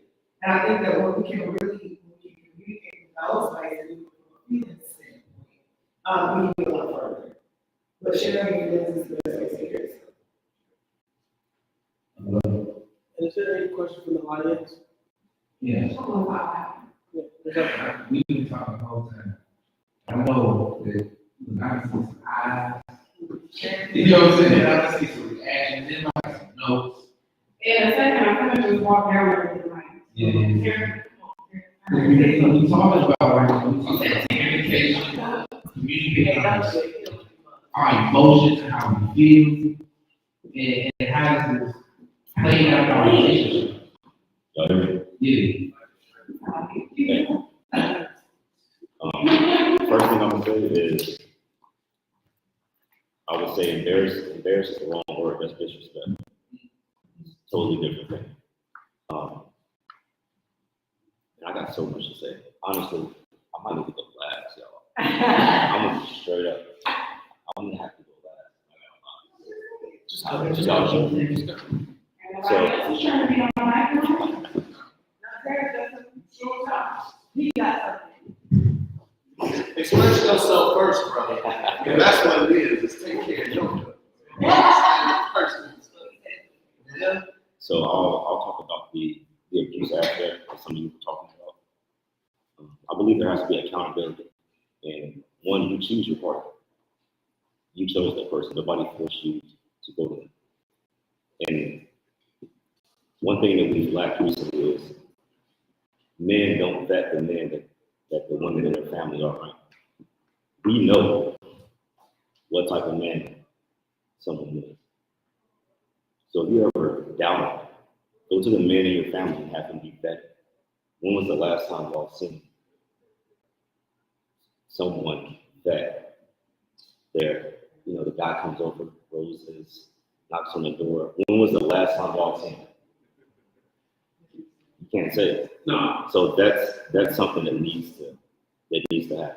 I have a daughter, so I know once she starts dating, I know what type of man she needs to be around. Just look around you. The help is there. Just ask the men in your family, the men that you trust. We know when we can tell. I also want to talk about marriage. A lot of people talking about marriage. To me, marriage is the most serious contract you can have. So if you break it because of your feelings, that is not a good enough reason. Your grandparents were how old? 90? 94. How long were they together?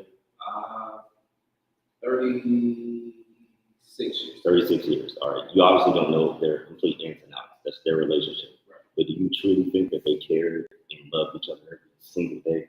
You think it was some days where they're like, God, I just, you again, like, you see what I mean? So you can't just be willing to break up a marriage because of your feelings. Your feelings are going to change. And as men, we're not going to want to get into a marriage with you if you're going to just leave us over some feelings. I just don't feel good. So 10 years of this and now you just don't feel, that's it. It has to be something more than that. You know, this is till death do us part. Sickness, health.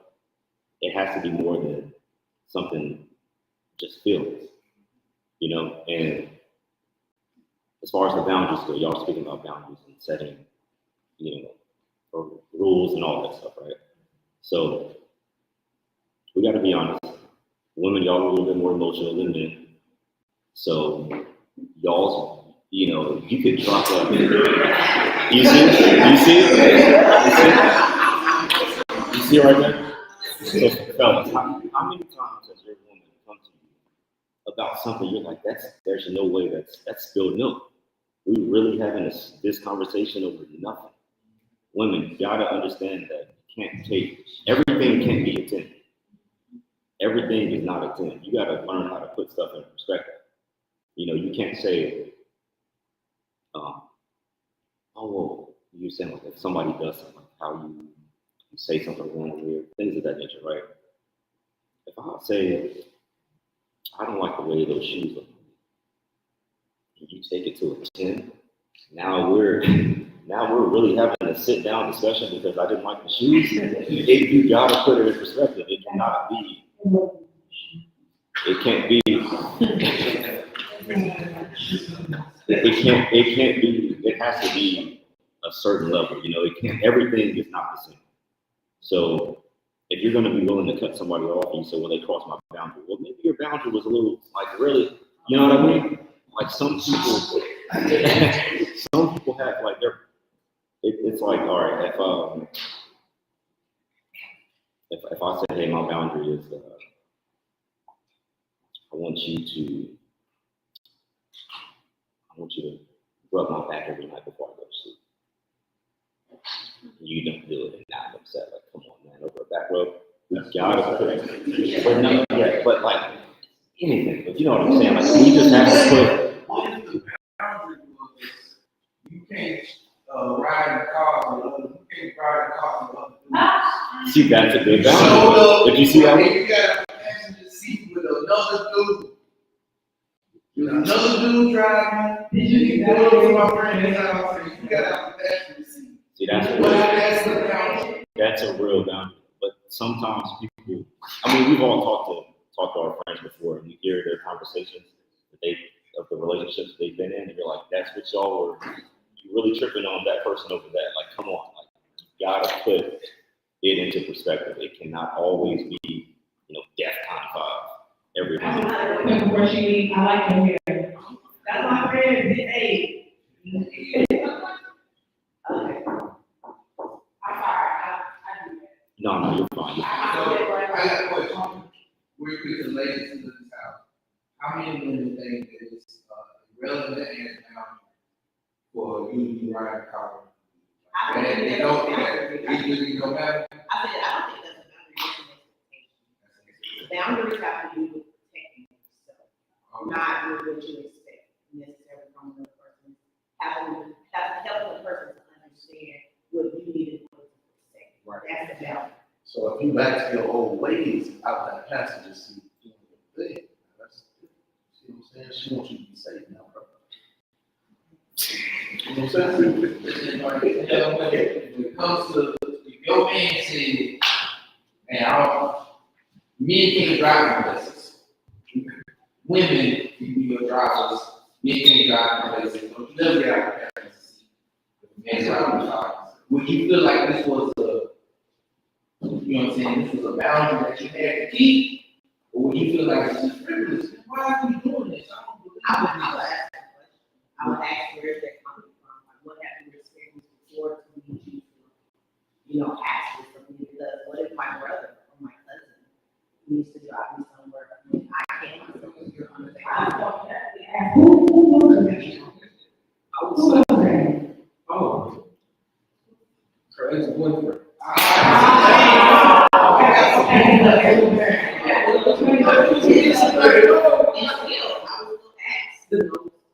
Where are we if you can't trust me to be with someone else just because it was my ex? If we're in this together and we're really in this, we're Now, I think, okay, I'll dive into it.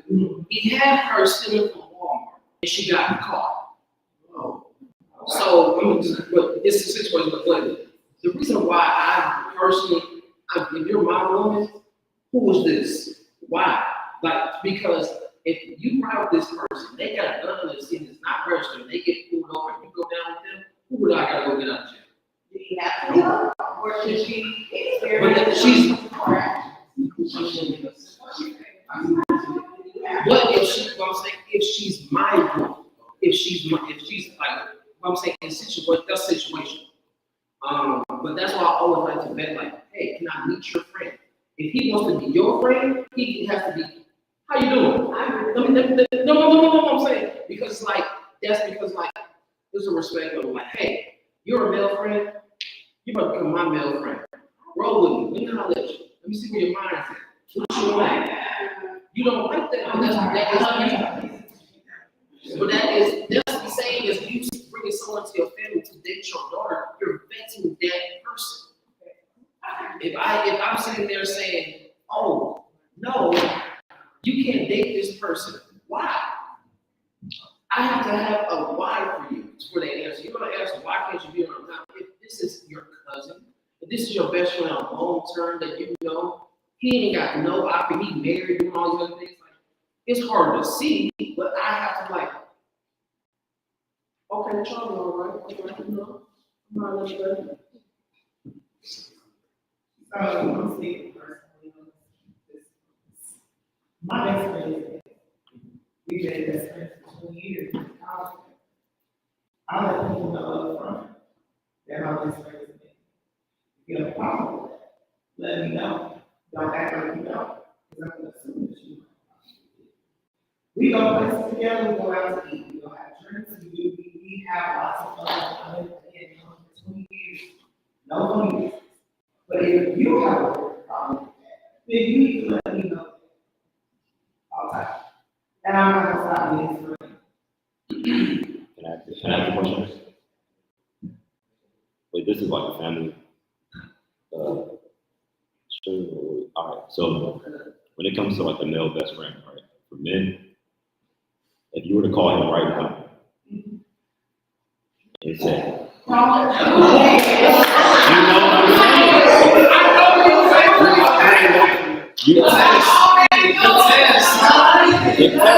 saying? You call him right. It's midnight. You hit him up. What you doing? Can I come over to get down? Is he gonna pass that up? No. Do you really think he's we being real? Right? We being real.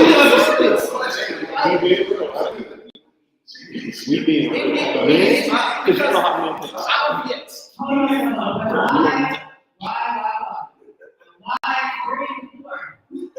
Do we feel the need to put our friendship to a perverted test to prove loyalty? That's unnecessary. No, it's not. In very uncomfortable situations, possibly perverting the duration of my friendship with this man to make sure that you feel secure in my dynamic with this man. We're not gonna use it. I'm not gonna put my friendship in a test.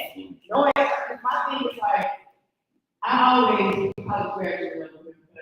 I don't even give nobody a test. I'm not gonna give them an opportunity to have a study sheet.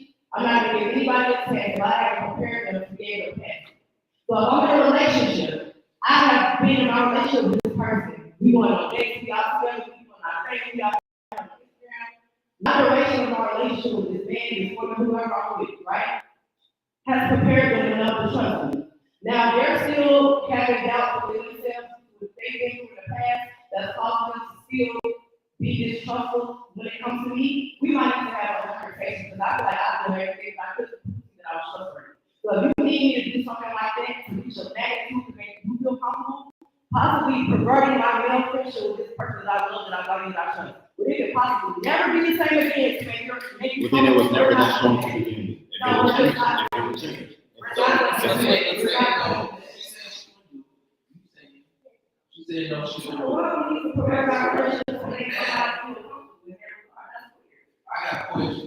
Yeah, and if you don't feel safe in a relationship, maybe you shouldn't be in that relationship. And so that's my call to the men. Like, if you can't, feel secure within yourself, then maybe that person's not for you.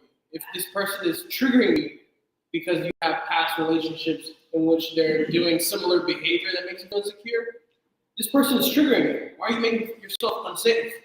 Because then you're going to react based on that unsafeness, right? And then you're going to further ruin whatever new relationship.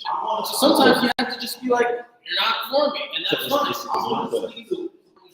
It's not that insecure. Because we just talked about this earlier, about, We talked earlier about, what am I willing to do, or how I want to show this person that I love them and I care about. This person is communicating clearly to me, this is what I need. And sometimes, we have to tell people, no, I can't do that. I think the issue also is why is what you need to prove to you that I love you, including the third person. It's me and you. Why does I can't control what come out of this man mouth? Maybe he does, but that's not my business. My business is the friendship that we have been presented with and that we have held for 20 years. He has never stepped like that to me, and I've never stepped like that to him. So there's no need for us to cross that boundary, because even if it was in the back of our mind, we have made an agreement or rule of covenant or whatever with ourselves that is not my business or my friend. So there's no reason that my relationship with this man should include validation from somebody else. So, The friendship will never be like that. so, I think the problem, right, the problem lies is that you're getting to know somebody, you're getting to know somebody, what, 3 months, 2 months, a month, 2 months, 3 months.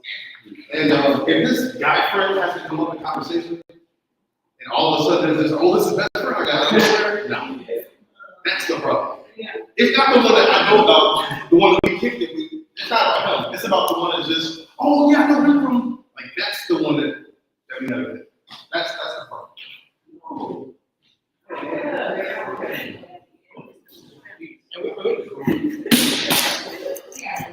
We got about 5 minutes before we head out. I love y'all. This is great. Slowly wrapping up. Don't stop me. Y'all keep I going. feel like we can bring up a situation where, unfortunately, that's an example that comes into play. However, again, if I am moving in a way to exude nothing but love, loyalty in my relationship, and I prove myself to be trustworthy, then you're bringing a situation where someone has abused that authority or that power in the past, where they're really, in my male friendship, this is my bestie, from a side perspective, because you feel somebody that violated and abused you, that's you protecting. Again, we need to evaluate the fact that Alexis full people. Has proven herself nothing to be nothing but loyal, nothing but loving, I'm a good person, I'm a good friend. I've done my due diligence in this relationship. Again, so I'm sorry that you've been in situations like that in the past where somebody has abused you and that's part of your life, but I'm not doing it. And I feel like oftentimes where we have been in situations where someone has hurt us, and we're sometimes generalizing, and this is why I appreciate all my friends that know the relationship every day. The ones that I appreciate, okay? I believe in making your problem specific and not general. If I have an issue with you, I need to tell you. I think you weird, I didn't like what you did, we can have a conversation, right? If I don't address you and make it specific, it's probably going to end up being a general problem, right? So now I can't just know all women who build this weird. No, you should address that situation that makes you feel uncomfortable, that makes you feel less than a man. Whereas a woman violated your trust in the past because she had this type of relationship with the man. So if you don't make your problem specific, you're bound to make it general. And that's why I'm still looking on addressing issues that's in your life. If I say that this person's going to be part of my life, I allow them to make their mistake however. But that doesn't mean that I'm losing addressing something. You did something that I think is not to have a conversation with you. So after we establish the fact that there's support, there's trust, and you're still moving in ways where you keep giving me validation and your insecurity, and you might as well get the problem. Because if you're going to forgive me for the situation, whether you cheat or whatever it is, keep it up again. Unless I'm behaving in a way that, you know, makes it behavior, then I can have another conversation about it. I'm never going to do it. You know what I'm saying? We're not going to do it. I'm never going to put myself in a position where I'm going to call my male best friend who I love, period. I got about 4 of them. Yeah, about that. Where I'm going to call him at 2 o'clock in the morning and try them like that, knowing that these are men that I value, that's probably going to be my pride, me and my opinion. Because you need your validation in this moment. So now, you ain't even considering me, because my Christian experience will never be the same, right? If I ask you something like that, I have naturally affected in reporting our relationship with me, because I ask you some weird stuff like that. It's never going to be the same. So if you care about your partner, maybe we can find other things that help you feel secure. Maybe you need to take a break for you to go ahead and do that on your own outside of you. But I am not going to put myself in a situation where I'm willing to lessen the report and value my friendship to make anybody lose. I'm just not going to do it. If that's something that you require from me, in the words of the very book, you are here. So I would say, now, in this conversation, that was you personally. Not everyone is you. Not everyone's going to have the loyalty, the love, the strength, the relationship that you build. Because a lot of people, because I've seen it in college, oh, it's just my best friend. Next thing you know, you're pregnant by it. And because people abuse those words, now you don't, but that's what I'm saying. Of course, we can't make everything general. Right. But that's why it's like you have to at least ask, like, have you ever had a liking for this person? Because like some people will sit there for 20 years, not saying, but will sit there for 20 years and be like, oh, I'm about to get married. I love you. Because some people really do that because they did not want to be in that relationship. For instance, it's happened to me.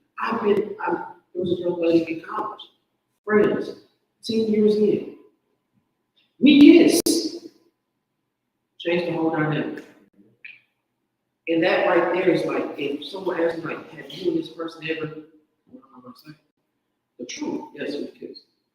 Because that was what you were owed to a person. Now, I'm not about to sit there and go, hey, call this person up. No, that's awesome. On TV, podcasts, I've seen that tactic.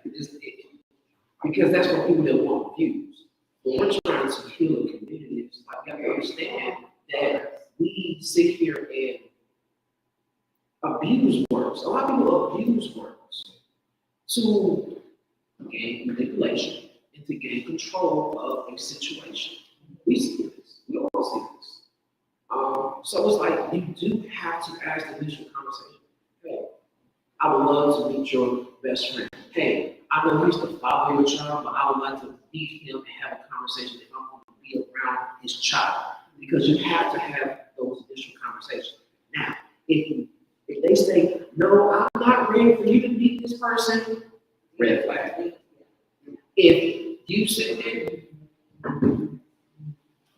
I chime in real quick. This is your woman. Like, y'all live in the same house. Y'all, no, these are hypotheticals. I'm saying, like, this is your woman. This is her best friend. You both already know. I need to date. If you haven't met him and y'all been dating and he's not her best friend, well, you're not remembering. Because they And the big thing is like, it's okay for you to walk away from a bad relationship. It's okay for somebody to like break your heart and be like, all right, now let me find somebody who's gonna love me properly, right? Like you can't accept the blessings in life when you're holding on to the things that are hurting you. So sometimes you have to let go of the people who are constantly hurting you, right? And so, just be open to that. Be open to the blessings that will come when you say, hey, you're not the one for me. Someone else will come because they're gonna fulfill you much more than, you know, the person who's giving you all this heart. You have to be open to knowing what that is, knowing that feeling, discussing your triggers with people. And you have to be open enough and trusting enough in your tribe that when they say something like, I'm going to use this to take this out. I want us to all, when grace to say to our partner or our friends that when faced with conflict, something we can say to take accountability and to make them feel supported. So we have to be able to say things like, I feel like I triggered you. Am I correct? And let's talk about it. When we say those things, we're able to look at a situation where I pull up in front of my man's job or whatever, and another guy's job, and he is going on. I should be able to say, okay, wait. I didn't know this was a problem. I feel like I triggered you. We never talk about this. Am I correct? And can we talk about this? When is a good time to talk about this? Like I said, I'm a person who I want to fix it. My sister is a person who needs time. And sometimes she won't even tell you she needs time. She just stops talking to you. But you have to understand her. But right, the little silence is deadly. But you have to understand your person enough to know that they need no harm, especially if that's something that's happening. A perfect example is when love speaks the word of you. I'm high. I have to understand she's not hurting me with that word. She talks. And we had a conversation about how it makes me feel. So we still have those conversations, but it doesn't feel the same and it doesn't happen as often. Because we talked about that. We talked about when we had the church. We talked about, I know what I changed. Because I care about pressure, and that's another thing. When we talk about being able to communicate with these people, like I ain't gonna lie, me and my good friend, right? We was having a conversation about grace, and I said, well, is it somebody that you think you can get that proof with? No, I think they bring out and that's it.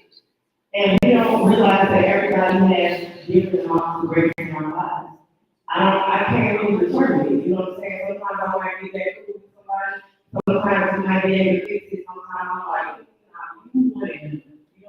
So like, when we are communicating how we deal with somebody, and we're saying, hey, I don't like this, but this is what I need to feel better about this situation. This is what I'm gonna need you to do for me, right? We're doing these types of things where we are kind of fighting the same thing.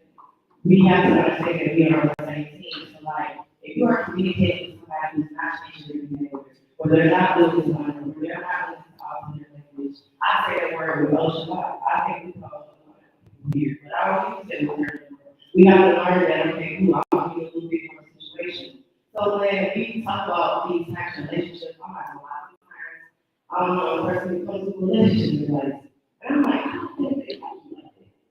You know, I don't think that that's your person, because when somebody, you care about somebody, you're naturally willing to do things to, you know, increase the rapport and benefits to that, you know, connection. So if you've already explained this to somebody and they're still not changing, you might need to go ahead and find a new friend. You might need to go ahead and find a new friend. So my ability to change my way that I speak, my ability to move a little bit different from my different friends and different, you know, is a reflection of how I value the friendship.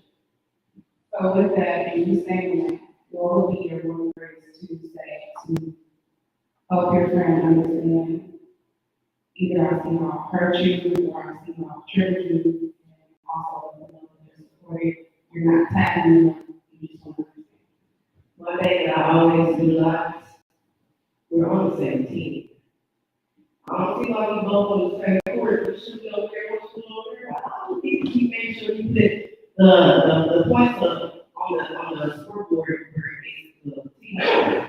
I always try to, you know, put into a conversation where I know that this might be uncomfortable about things, you know, but we're on the same team here. Because that allows me to be able to get combative, that allows me to be able to disagree, not agree, argue, and whatever, and be able to come to a resolution that benefits both of us. I always try to look at the compromise, and most of the people that I deal with, I do have more Catholic people, but you know, people that I want to get with, they're just as opinionated as I am, so I have long conversations.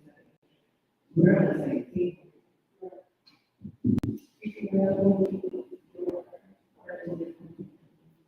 I'm sorry, Miss. I'm sorry. That's Sorry, Candace. talk. Which I actually know, because you educated me.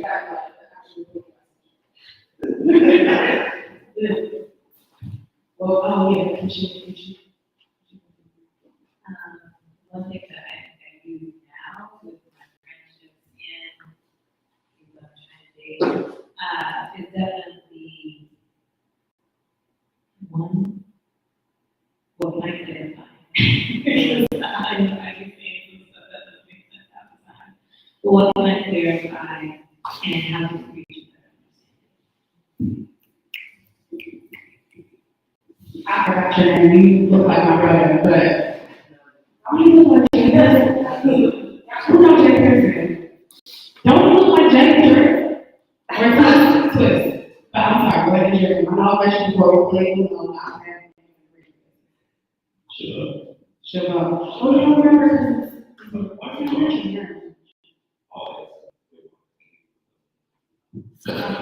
Well, it's not about you. What would be your one phrase to help your person or your family understand that I can see your virtues?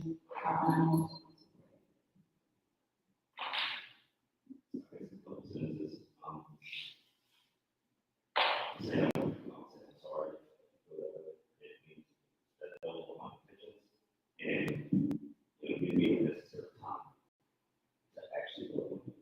And you can see the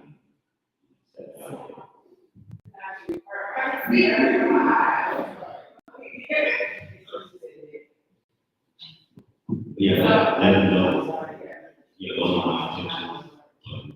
I will try to fix it, but it's overnight. But sometimes you say something like a problem. Hey, what you think is okay? I should expect that it's not the next time it's still probably happening. We just don't fix it. I would say but not necessarily, not too much time, but reasonable. You gotta say if you and your partner sat down and said, okay, if you're the person who did this, if y'all sat down and said, hey, what do you think is appropriate for us to do? I would say I will give it a serious. No, I'm not saying like actual cost time, but okay, y'all sit down and have that conversation. So let's put the ball in your court. And if, you know, It's most of that. You know, if I can see that, maybe they hesitate, and they're trying to catch their dog or something like that. They were going to say it first, that. Is that for sure, you know, that's really good. Piloting that conversation. So, for real, what's your one phrase you want to say to help your partner or your friend with their neighbor? Well, somebody care about your speaker? What would your one phrase be to say to your partner or your friend? My phrase to illustrate was, I can see that I may have triggered you, am I correct? When we talk about it. What would you say that's similar to that?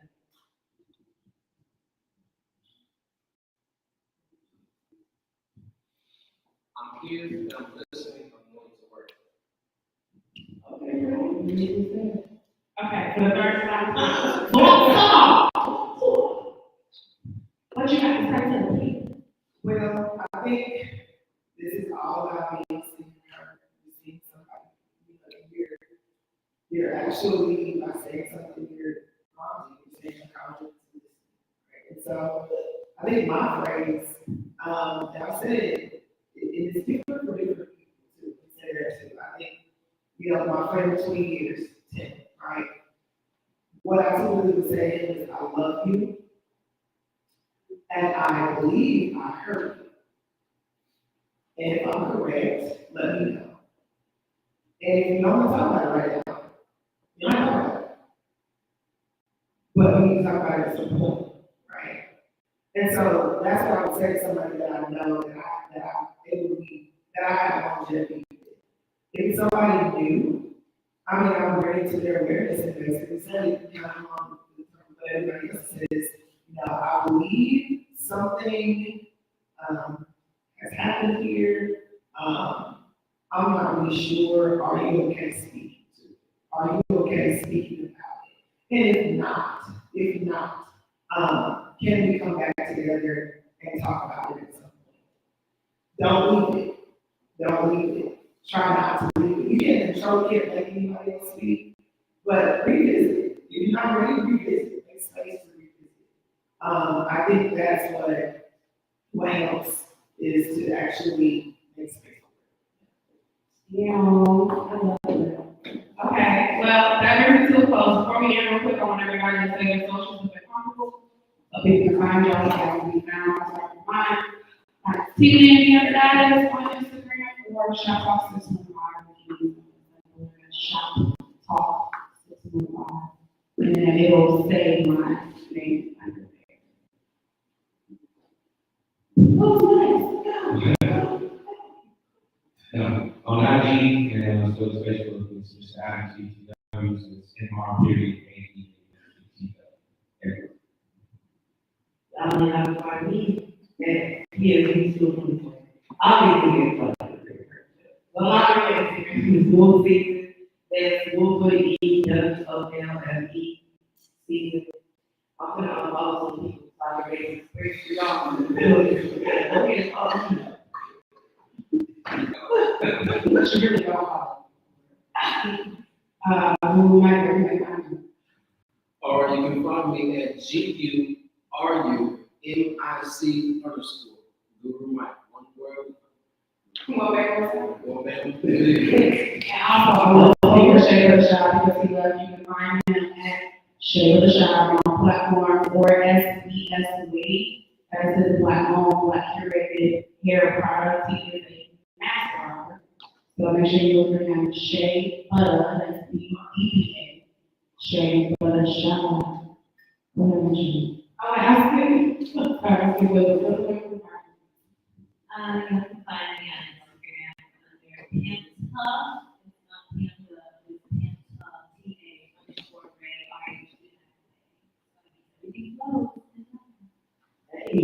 It's not Pantha, it's